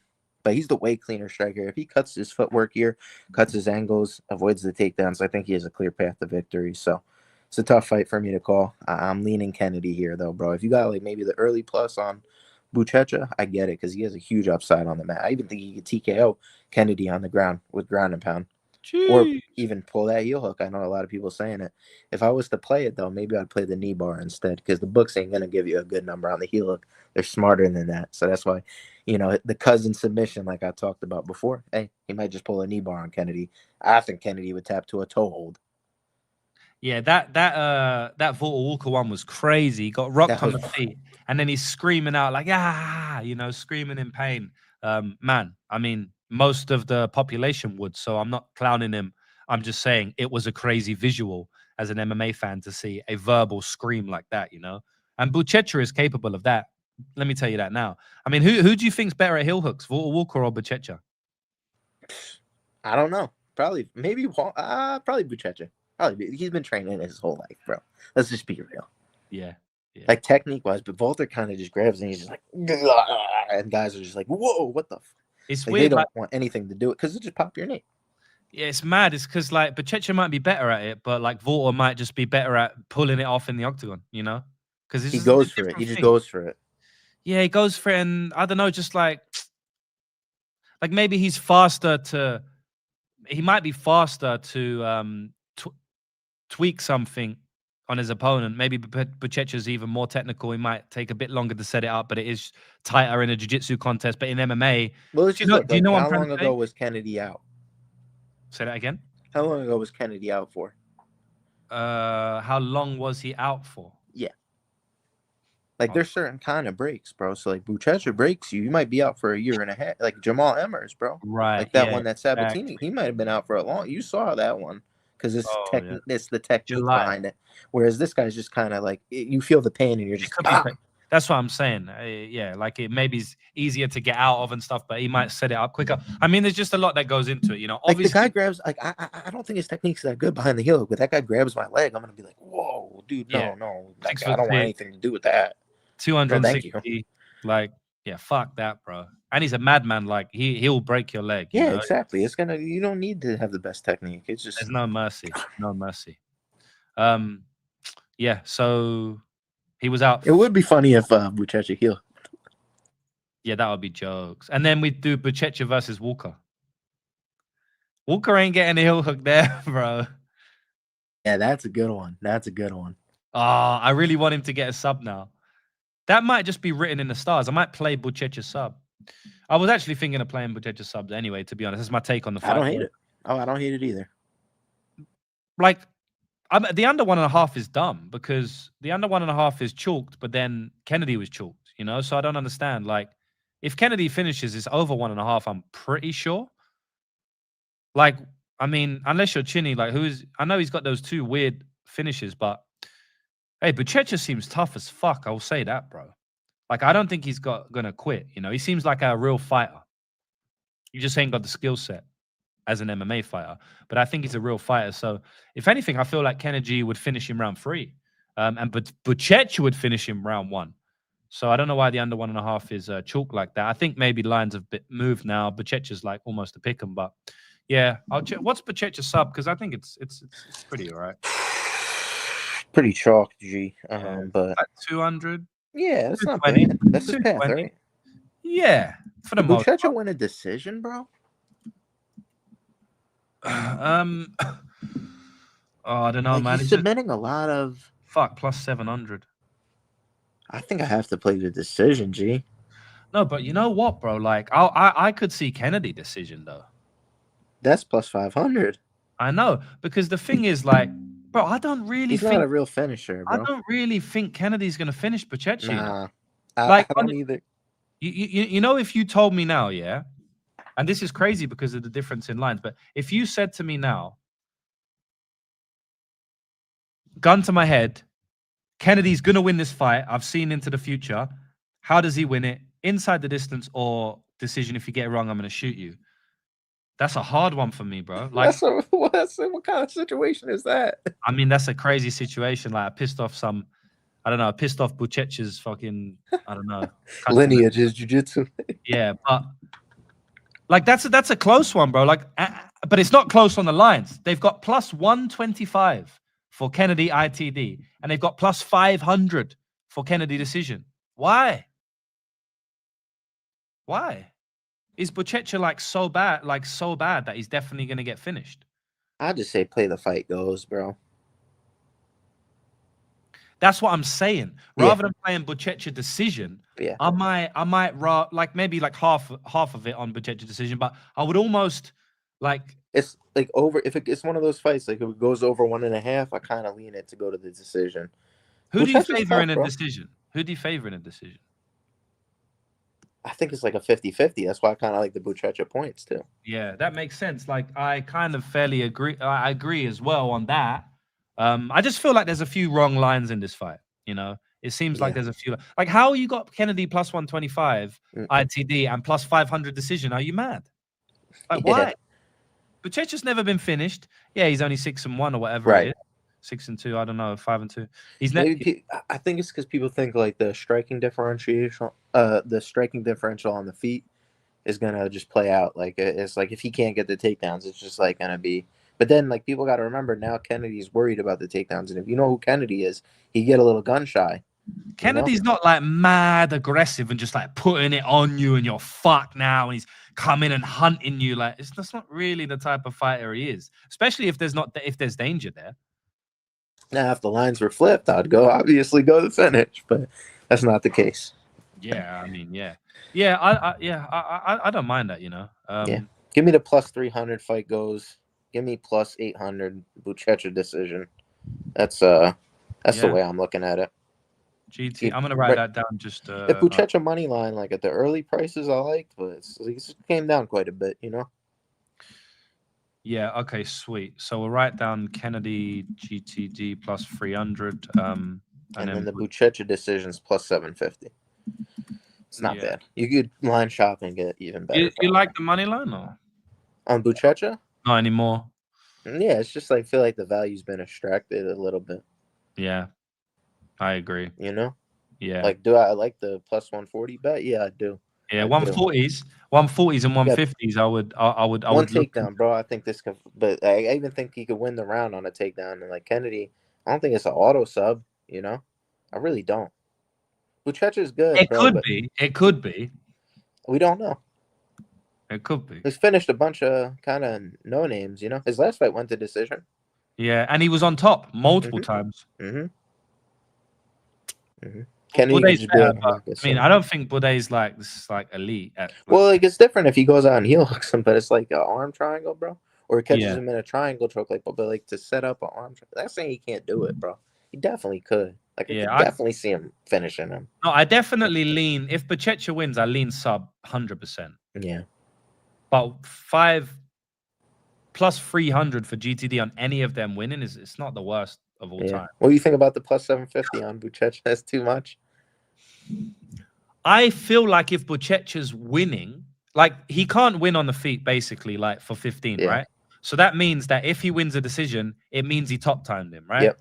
But I think if he top time him, I think he probably will get the sub. I do think he will do it, to be honest. So I feel like for the GTD to hit, Buchecha maybe gets on top. Like, I think Buchecha can get on top for like a few minutes in a round and not sub, but I don't really think he's going to win the whole fight and not sub. You know what I mean? Like, I think he can win a round from top position, maybe round 1, and he doesn't sub, yes, but I think if he gets on top round 2 again, he's probably going to sub. Like, I don't think he's just going to keep taking him down and not subbing him. So it's unlikely he will win a decision, in my opinion. Whereas I feel like Kennedy could just, because I think Buchecha is really tough. That's kind of why I like the GTD. It's kind of more prevalated to Kennedy. And that kind of is. And you're getting a little bit of the Buchecha. Exactly, you're getting Buchecha. It might be close. Yeah, and I kind of mentioned that as well because, and the lines ain't different. Like, plus, how much is Kennedy decision versus GTD? Plus 500, plus 550. Yeah, versus plus 300, plus 350. It's not that different. Like, I probably would rather go GTD just because Buchecha can take him down. Kennedy's an idiot. Maybe don't get subbed. It can happen. Yeah, definitely. Hard to submit people in 4-ounce gloves, bro. No matter how. Yeah, exactly. And I think he gets tired as well. So it's possible that he can take him down. Like, Buchecha's got a lot of muscle. It's possible he takes him down, but you just can't sub him because he's tired, you know? So for sure. Yeah, but it's a good fight, bro. I like it. We could go quick on this next one, actually maybe I have to go quick on some of these. I can go super quick on this one. I'll just bang mine out quickly, boys. I don't know what this is a 50-50 fight to me. I picked Morgan Charrier outright because he's got more power in the hands. He's more of he's an educated boxer. If anyone's getting like consistent knockdown, I would assume it would be Morgan. And if anyone's like top control grappling, I would believe it was Morgan, but I think Costa, has better kicks on the outside, might be a little bit smarter in there, might have a slightly better fight IQ, although I don't think it's great either. I lean Morgan slightly, but I'm not betting it. What about you? I'm with you on this one, bro. I don't have much to add, to be honest. Yeah, that's it. Like, okay. I really don't have much to add. I'm not betting the fight. Feels very volatile. I didn't, take any action. I think they're both pretty good fighters. Very fun to watch. I think this is going to be a banger of a fight. I don't feel like I need to get my money involved. I could even see Charrier getting like a late finish. Costa, he could slow down quite a bit. So yeah, but Charrier can slow down a bit as well, to be honest. Yeah, and he fights kind of stupid sometimes. So, but then sometimes he doesn't. I mean, in the Nate Landwehr fight, he looked good and he knocked him out. He looked really good, bro. He looked good in round 3. He didn't actually look good in that fight. He was I getting. bet Nate Landwehr, and I thought we were about to win. I even bet the sub, and he almost got him. I mean, Nate was piecing him up, bro. He was piecing him up. Oh, that was tough. He's very, very tough, though, Morgan. Yeah. Yeah, I do lean Morgan, but I don't want to get money involved, like you said. I feel like it's tough to trust Morgan Charrier, isn't it? Give me plus 110 on Morgan. Yeah, if you give me plus 110 on him, I'll probably look into it. Is it? No, it's not. That's what I'm saying. It was. You just need a little more on him. It was. Oh, for real? Yeah, I missed 105. Yeah, I missed that. This is a great fight, bro. It's a fucking scrap. Cesare versus Cesar. Caesar versus Caesar. What do you think about Cesare's grappling, bro? Do you think he could? I don't know. Like, I watched a couple of fights and he didn't really grapple. He got out grappled badly. He got fucked up on the ground by that Rasulov geezer. But he didn't really grapple in the fights I saw. But I don't know if I just didn't watch the right fights. There might be fights that he did grapple in because I didn't watch them all. So maybe I'll do it. Yeah, Caesar's pretty fucking good on the feet, bro. This might be a closer fight than the line. Stylistically, it's tough in my opinion. Yeah. Like, I don't know, man. Like, I didn't bet the Cesare money line because of that. I thought, competitive kickboxing on the feet. I understand he's got the youth. Like, I favor him to win. But I don't know. The hype might be another one of these Dana White Contender Series guys. I feel like the line might be a little bit wide. A little hype on a prospect. But I do think he's solid. I actually do think he got some subs in his back pocket. I don't know. We haven't seen him yet. But he did just get his brown belt. So that is one thing I did want to mention. He's training at the Fighting Nerds, so we could definitely see improvements in his game. And it's not like Cesar Almeida is the best on the ground whatsoever. We've seen this guy exposed by kickboxers, in the grappling. I think there's an easy path for Cesar if he tries to take him down, get on top. I don't think he has much to worry about. I feel like Cesar's, getting a little bit older. And his style is just a little bit one-dimensional. This fight is canceled. Oh, my God. Oh, my God. Bro. This fight's not canceled, bro. Yeah, I was going to say. He's talking shit. Yep. No, I know. All right. But, yeah, I'm good on betting Cesar. If anything, it's a dog or pass for me. Maybe a look in the sub prop for Cesar. You should know this stuff. Have some respect. Have some respect. Out here talking rubbish. Yeah, my bad if I'm keeping it short on a breakdown. Nah, bro, honestly, it's one of these cards. I have more to say on the main event for sure. It's just a tough fight, bro. I don't know if he's gonna grapple or not. If he doesn't grapple, he probably could fucking lose, bro. Like he could win, but Caesar's really good on the feet. He's really good on the feet. Kind of reminds me of Pereira. No, this fight reminds me of a fight from a couple weeks ago. I have to think about it. Yeah, same. I can't. What was the guy that just fought from England that I really like, and he just won by knockout? Who? Oh, the guy, the black guy that he trains with Edwards. Christian Leroy Duncan. Duncan. Yeah. Christian Leroy Duncan. Chris Duncan, kind of versus Mario Pinto. That's what this fight kind of reminds me of for some reason. Like the kickboxer. Chris Duncan versus Marco Tulio. Yeah. Yeah. Yeah, I don't know why. Okay, you kind of feel like Pinto. Like for Pinto to cover, he would have needed to grapple. Tulio. Yeah, Tulio. What did I say? Pinto. Oh yeah, my bad, bro. He's a heavyweight. That's on me. That's what I meant. Bro. I went to the PI with Chris Duncan. We pulled up in the Rolls Royce, and then Chris Duncan leans out like, "Yo, I'm Chris Duncan. Let me in." Obviously, they got security outside. Yeah. And then Czar's driving with me, and they're like, Chris Duncan? And he's like, yeah, I'm Chris Duncan. He's like,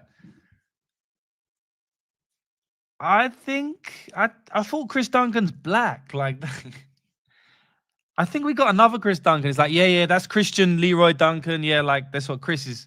He's not annoyed, but you can tell he's just like, he just had a war with Rebecca. You can tell he's just like, let me the fuck in, And he's not being rude, though. He's like, yeah, I know, that guy. It's not me, mate. He's black. I'm white. Like, we're different people. And then he's like, all right, let me call up. And then he's like, oh yeah, sorry. We had another guy come in not long ago. His name was Chris Duncan. Sorry, it's confusing. Apparently, that always gets confused with Chris. Like, I think one time someone picked up the other person's like food supplements or food or supplements or something like that. He was telling me of it. He always gets confused. So yeah, that's a bit of UFC PI law for you guys. What you want to write down on this one? I can see Caesar winning, bro. I think Cesaro will win, just being the younger guy, being the more well-rounded MMA fighter, being the up-and-comer, being the guy with a much higher ceiling, being the guy at a better camp, in my opinion. Cesar Almeida trains with that Guilherme Pat, bro. So I don't think he's getting that many good looks, you know. Was he not training with Glover? I don't know. I thought he was training.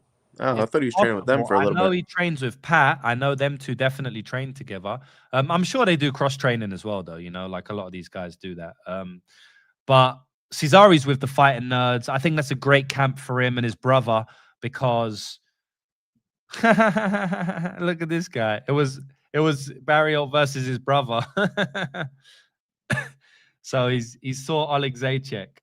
Michael is fighting Barrios. I just saw the name and thought Almeida pulled out. Yeah, bro. And you said we should know this stuff. Come on, bro.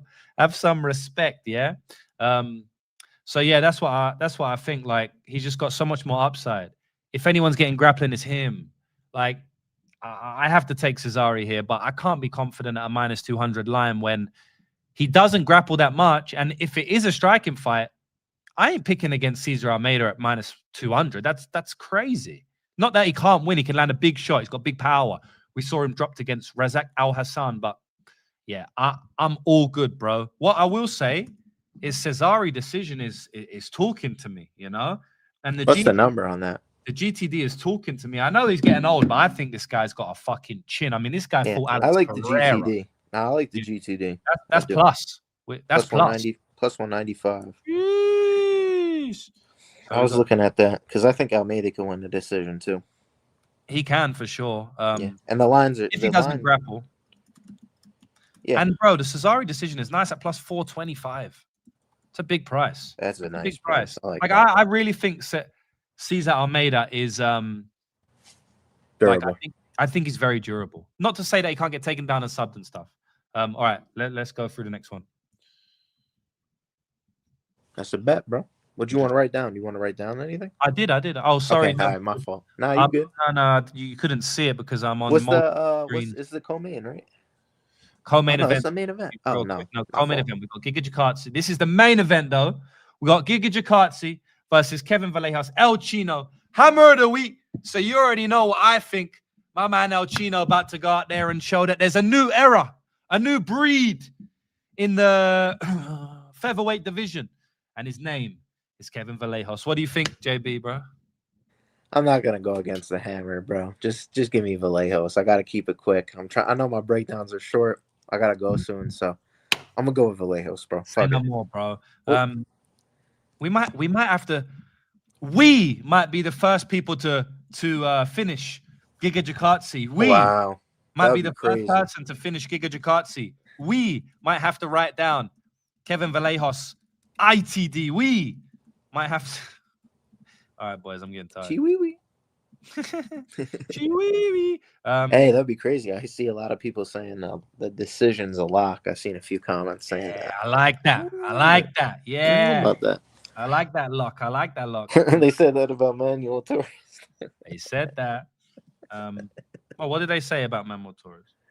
Nah, I'm just joking. Oh, they said that it was a lock he was going to win, yeah. Sometimes I'm on the other end, you know? At least I plant my flag. At least I plant my flag, bro. Bro, you know, I think Kevin Vallejos is fucked, like, durability. I think it's mad. I'm not... I mean, we saw the Gene Silver fight. He got hurt a lot, though, in that fight, but I really think Kevin Vallejos' durability is fucked up. Hey, you know what? People disrespecting my boy Vallejos. Hey, Vallejos is really good, you know. Hey, Vallejos is really good fighter. I think people don't understand, bro. Vallejos is serious, bro. Like, his striking is not to be played with. People think that he's not like he's just like a brawler. People think he's just a brawler. Yeah. Now you're talking to my heart and you're talking to JB's heart, even though I don't even know if he thinks Vallejo's going to win. He just got his purple belt. Yeah, purple, bro. He's one off a brown. He's almost a brown belt. Giga Jikatsi, I think Giga Jikatsi just got his white belt. So, I mean, we know what's going to happen there if they go on the ground, you know? Giga's opening a gym in January. Bullish. All right, boys, we'll move on to the next one, innit? I like it. I like Kape here, bro. I think Kape's an infinitely better striker, bro. I think he's going to fuck Royval up. Just look at the numbers, bro. Obviously, the line is what it is. Boy. So, I think he's going to knock him out in the first 2 rounds, though. Star boy. All right, say no more. I fully agree with JB. Fuck, man. It is honestly, it's hard, like, controlling everything all on one screen. Yeah, my bad, G. And also giving a take. Well, we'll fix it. We'll fix it for next year. We'll figure it out. JB giving me no time to rest. His breakdowns are 10 seconds. Rapid breakdown. Oh wait, no. I mean, dude, I just think he's gonna fuck up. Right. So here we go. He's gonna fuck Royval up, bro. That's what I think. What are the lines? I've wrote down Kape money line. I've already wrote down. I think his money line's like -280. Okay, KO. I like KO. Do you? That's what I said, man. I think he's gonna knock him out in the first 2 rounds. -270. Yep. So that's about. But you reckon he's gonna knock him out in round 1? That would be kind of mad, bro. I think he could do it, bro. He's done it before. It took him 3 rounds to knock out. That's the way Royval fights. He's very hittable, bro. Yeah. Okay. Car crash. I think it's round 2. I think it's 2, 3, 4. Okay, I like that. Maybe I like 3. 3 seems like that sweet spot. Yeah, I was thinking maybe 2, man, but I like 3 though. I mean, KO is +140. Okay, sweet. I wrote. And round 2 is +650. Yeah. And round 3 is +800. I do want to respect Royval. I do think round 4 is possible. Sure. 850. I think his defensive striking is like a little bit lacking. And he's been hurt now a few times. True. All right, sweet. We've done it all. Now we get to the parlays. You got time for the parlays? That's why I was rushing it. I didn't want to rush the parlays. Okay. My bad, G. I'll ball. No, it is what it is, bro. We'll get it done. Be a 2-hour show, man. All right, so parlay, Lou. As tradition. I think you went last time, but hey, it's all good. I mean, I got one in mind if you want me to run it. Okay, then. Should I go Cesare decision? So at +425. Do we have any other decisions that I could Also the decision parlay. We got. No, I was just wondering if there's any like better ones than Cesare. Oh, there's Kennedy GTD, Cesare GTD. We got. Which one are you like the most confident in? We got Pat GTD. Out of all of them, Cesare, Pat. For the number. It's got to be like +300 though. I think even +200. I don't know. I think they're all good in my opinion. I'll go Cesare. Cesare via decision +425, or GTD +195. That's the thing. Like, if I go to Kennedy GTD, either could get the decision, right? Kind of like this is my toughest one, bro. I need help with this one. So are you definitely leaving Cesare decision? Yeah? I need a decision. I'm going for the cycle. I'm looking at. Man, maybe Buchecha gets the sub though. Yeah, but I don't understand what you're asking. Like if there's any better decision props. I'm gonna stick with Cesare. Give me Amasov sub +180. Oh, so you're doing a cycle. Oh, okay. Yeah, and Kape KO. That's easy. Yeah. Yep. Amasov sub +180, Kape KO +140. That's pretty easy. That's like kind of like a lock. Yeah, I'm gonna put 100 on it. Maybe 200. Probably a unit. Yeah, I'll put a unit on it. Gang. No, don't put a unit. No, why not? Fuck it, man. We've got bare units, bruv. People forget. I've got a lot of units in the bank. I'm not saying it's going to be part of my bankroll. I'm going to take some money out of my bank and I'm going to put a unit on. Yeah, my bankroll ain't 100 units. Right now, my bankroll's like 200 units because I haven't even upgraded the unit stake, right? Like based on how much I've won. You know what I mean? So I've just got excess. That's what Bet MMA. They have like stuff on there, but they don't show all that, like the actual profit. Bro, to find bankroll ROI, it deducts a fee every week from your bankroll ROI because it doesn't take into account the person betting it. It's like it takes into account the customer. You know what I mean? Like, oh yeah, you're $50 from your bankroll each week if the guy charges $50, for example. And yeah, it's like there's a lot of stuff, but bankroll ROI is like hidden on the bottom. Yep. And it's bankroll ROI is like 4,000% or something. Yeah, crazy it's pretty like crazy, bro. If you really do the search, it's not, that's what people don't get. It's so retarded. Every now and then I'll get a message, and then the guy thinks they think they do something. Like they think that they're right. They're so. They figured it out. They figured it out, James. Yeah, you don't post your bet MMA because it's only 7% ROI. Like, bro, imagine how delusional. Like that's crazy. Like it literally proves I'm one of the best in the world. Like it does, right? Like I'm not saying that to be big headed. It proves that, but I don't show it because I'm trying to hide my one of the best in the world ROI over 6 years of 7% ROI. Like that's unreal. But the bankroll ROI, they don't understand the difference between ROI and bankroll ROI on Bet MMA. Bet MMA does ROI over every single bet you've ever placed, not on your bankroll, right? Yeah. Not on your starting bankroll. On your starting bankroll, the ROI is drastically different. 4,000% versus 7%. People are fucking retarded, bro. I'm trying to calculate this, JB, but it's plus not 3,500. easy, it's like plus 3428. So I just put plus 35. Yeah, whatever. Easy money. We'll do like a parlay Lou, a parlay Jew, and a parlay Lou Jew. Okay, parlay Lou, but that was parlay Jew cycle though. Okay. That wasn't parlay Jew. That was parlay Jew cycle. Okay, I like it. Yes, might have to do a 1, 2, 3 also, bro. Woo! All right, Cape KO and Cesare fight GTD.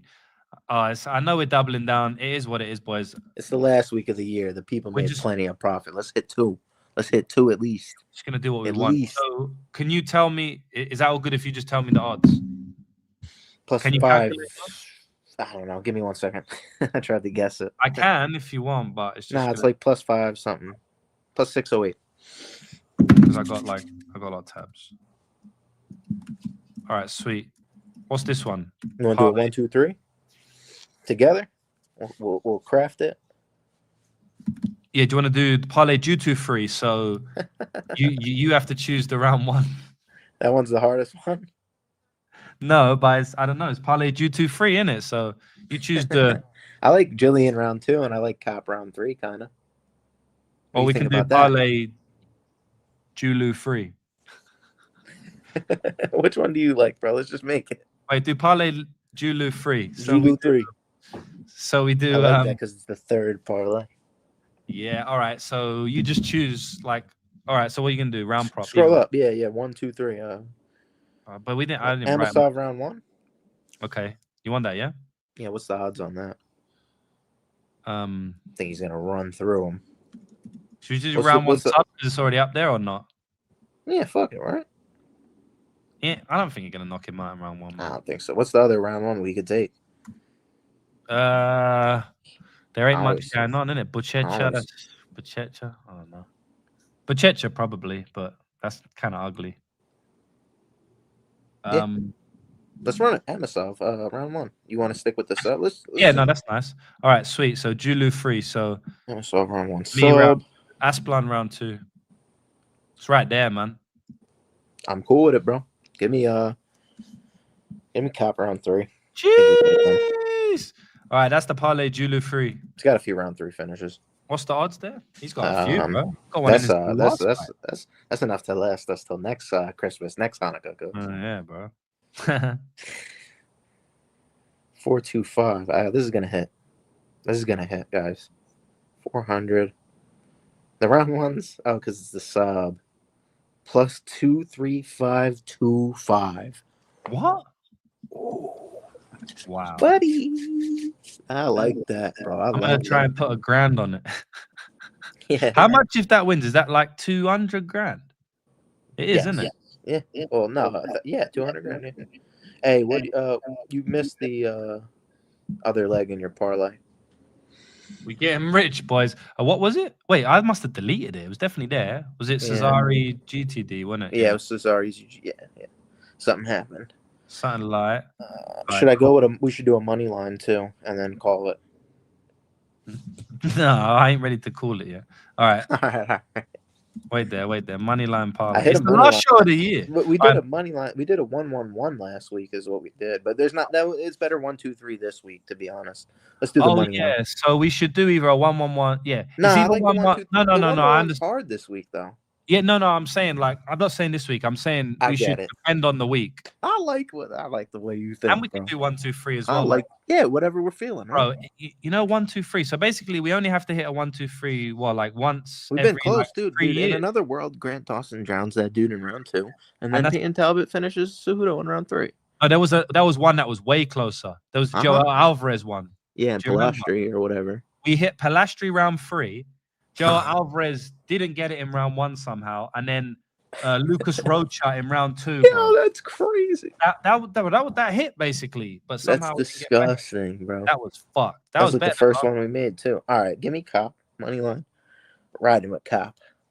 Yeah, the double cake, the KK parlay. Kape. Oh shit, we might have to do the KK parlay. Do we have another case so we can do the KKK parlay? Do we even have any other? Oh, we got Kennedy. We might have to do the KKK parlay. Kennedy GTD, Kevin Vallejos, and Cup KO. Yeah, but that's kind of racist, bro. Yeah, I know, but it makes it funny. Not really, bro. KKK parlay, yeah, all man. right, bro. I'll let you rock out. Let me post that one up. I'm gonna keep your face on that one, bro. Yeah, when you do the edits, innit, make my face only. I got you this week, G. We're gonna get the graphics. I've been slacking a little. All right, get it done. It's only a bit of joke, innit, boys? Yeah, for sure. So we make the funny names for the parlays, mate. Smile, boys. Jesus Christ. We need a bit of laughter in this. Too serious. We got the Julu free, bruv. He calls himself the Jew, bruv. Do you know what I mean? Fucking hell. Anyway. You like that one? With Kennedy? Yeah. Oh no, I'm only joking anyway. No. Money Did you want to do money line? I have to do it after. All right, let's look at the money lines. Do you just want to add different people that we just money line. What about Bobby? We didn't really look into that one. Amasov. Minus 400. I mean, we're gonna have to. We don't have much, you know. I know. That's what I'm saying. Blada might not be. Give me Blada minus 150. Yeah. Asplund. Minus 230. Yeah, throw it in. Just throw it in. We have to, innit? Yeah, minus 230. I don't know how much farther I want to go. All right, sweet. We'll leave it at that. That should be all right, bro. Those odds should be all right. Yeah, that's good. Any other parlays you had in mind, or you want to just talk shit about how good we did this year? Nah, I don't know. Let me have a look. All right. Let me add these up real quick for you. I want to put in Vallejos to finish after you told me that everyone's saying it's a lock to not. That's what happened to me last week, but it's just still. I know. We'll get them. You're pushing it, innit? Just to combat the peoples. Plus 475. I don't hate that. I feel like when we add a dog, it boosts the odds big time. But there's no like a lot of dogs this week. Nah, bro. Who is it? Fucking Buchecha, bro. Yeah, Buchecha or Crow. Yeah, it's hard. Maybe Almeida. What we got? So we got Parlay Julu free. We got Parlay Lou. We got Parlay Jew Cycle. You didn't do Parlay Jew though. Do Parlay Jew.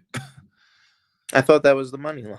No, we got Parlay Jew Cycle. No, we did the money line together. All right, let's see. Let me give a Parlay Jew. Usually, all right, I got you. I'm gonna go. What? We just did it together. That's not okay. Yeah. Scroll up. I got you. Parlay Jew, bro. We need one, bro. We need that. We need that. Give me Kennedy GTD and Fry GTD and Cesare GTD. Oh no. Do you want to triple down on Cesare GTD though? Because we've got him in 2 parlays. All right, just give me the Kennedy GTD. Give me them both, yeah. Because Kennedy, we good enough. We didn't play at all. Yeah. And Fry, we didn't play at all. Yeah, and I'm probably gonna put some good money on these. Why not? Just keep it safe. I want to put 1K on these. So I'm trying to calm you down. I want to put 1K on them. What's the odds? 300 and 400. Did you do Parlay Lou yet, or are you gonna do that now? No, I have done that. Okay. Kape KO and Cesare. Okay. So I think we might be plus 4,067. 4, 6, no, you know what, bro? You know what? Wait, what? 4067. You know, wait, is that true? That's pretty good for just plus 300 and 400. Oh no, I'm way no, off. no, Sorry, no. guys. I had the. It'll be plus like 1900. It's plus yeah, 1900. It'll be like 2 though. Yeah. Just 1900. Yep. Oh, that's nice. And 475. You're just gonna go Kape 23525. Fuck, they're nice. They're nice numbers. They're clean. Yeah, No, very, very double K parlay part 2, where we don't get robbed. Do you remember that, bro? I know, bro. What is it gonna be? Kennedy by decision. The double K parlay last time was Kunaev decision and Ho decision. Yeah. At plus 6,500, I believe it was. But we got robbed on Kunaev decision. That one. I like it. That one killed me. No, we're gonna go Kape KO. I like it. And we're gonna go Vallejos. Kevin KO. Yeah. Kape KO and Kevin KO. Yeah. That's bare K's there, bro. That's the KKKK parlay, right? Okay. That's the quadruple K parlay, right? I don't know. Gee, that's a lot. It's not racist. It's one more K, so it's all. You're good. right. You fixed it, bro. You made right. Yeah, bro. You made right to my people. I'm a good-hearted citizen, bro. Plus 488. It's the KKK parlay, bro. What we got for that one? Plus 488. Jeez. All right, that's it, isn't it? Oh no, I think Kevin might sub him. You know. You want to just go ITD? Oh, wait, but then I thought we put ITD. But if we do ITD, yeah, we did actually. Well, then it's KKK, bro. Who cares? Yeah, but then it's the KKK parlay, and people are gonna go mad. No, it's not. Anyway, it's nothing to do with that. Anyway, it's just KKK. KKKI. Right, you know what? KKKI parlay. Let's go. Are these long shots or safe parlays? Brother. It has any recent. Yeah. I mean, it's all right to ask. I don't like burning no money for no reason, do you? Listen, brother, yeah? We're up about 70 units on the year in parlay madness alone, yeah? One big disclaimer. These are not safe parlays. These are not safe, yeah? There is no safe in the word parlay when you're looking at plus 488, plus 1900, plus 475, plus 23525. Yeah, it's safe, bro. Yeah? Is that safe, yeah? Plus 23525. I mean, say no more. I think you understand what I'm trying to say to you, my brother. That's it, man. Should we just flex for like 20 minutes? Yeah. What a year. The ride's been excellent, bro. Congratulations, man. Like, I think 26 is going to be an even bigger year. What better way to end it with some parlays? Like, I'm going to be putting some good bread on these. Probably put a unit on the Jew cycle alone. So, yeah. I might track it too. I might track the whole parlay. I might have to track the parlays 0.5 units just for the last week. So there's only 6 parlays. Should we make 7 or we're all good? It's up to you, G. I feel like we should. I got like 3 minutes left, so I feel like we should just leave it. I'm cool with that. Yeah. All right, bro. We'll leave it. Hey, man. Happy holidays to everybody. Like, we had a great episode here. Just listen to both these men, all of our story, right? Especially Chris Duncan, go look into his story. And then once you look into that story, you'll know, like, spend the time with the people you love this holiday. And that's it, that's what it's about. And hopefully you guys win some money and you get some good gifts. We've been giving it to you all year. We've been giving the gifts every year, boys. I mean, we've been giving the gifts all year and every year. But we've been giving the gifts all year. Hopefully you made a lot of money listening to the show. Hopefully you made a lot of pack listening to the show. And with that pack, you can go and buy some presents for your loved ones and for yourself. Treat yourself as well. It's important to treat yourself in this life, So, yeah, appreciate everyone coming in. Am I doing that 200 draw? See, the issue with that is not one person messaged, unless I didn't look. Not one person messaged saying that they sent Chris Duncan $10. You guys sent a screenshot that you said $10. That's it. Yeah. Let me see. If no one DM me, then I'm not gonna do it, obviously. Yeah.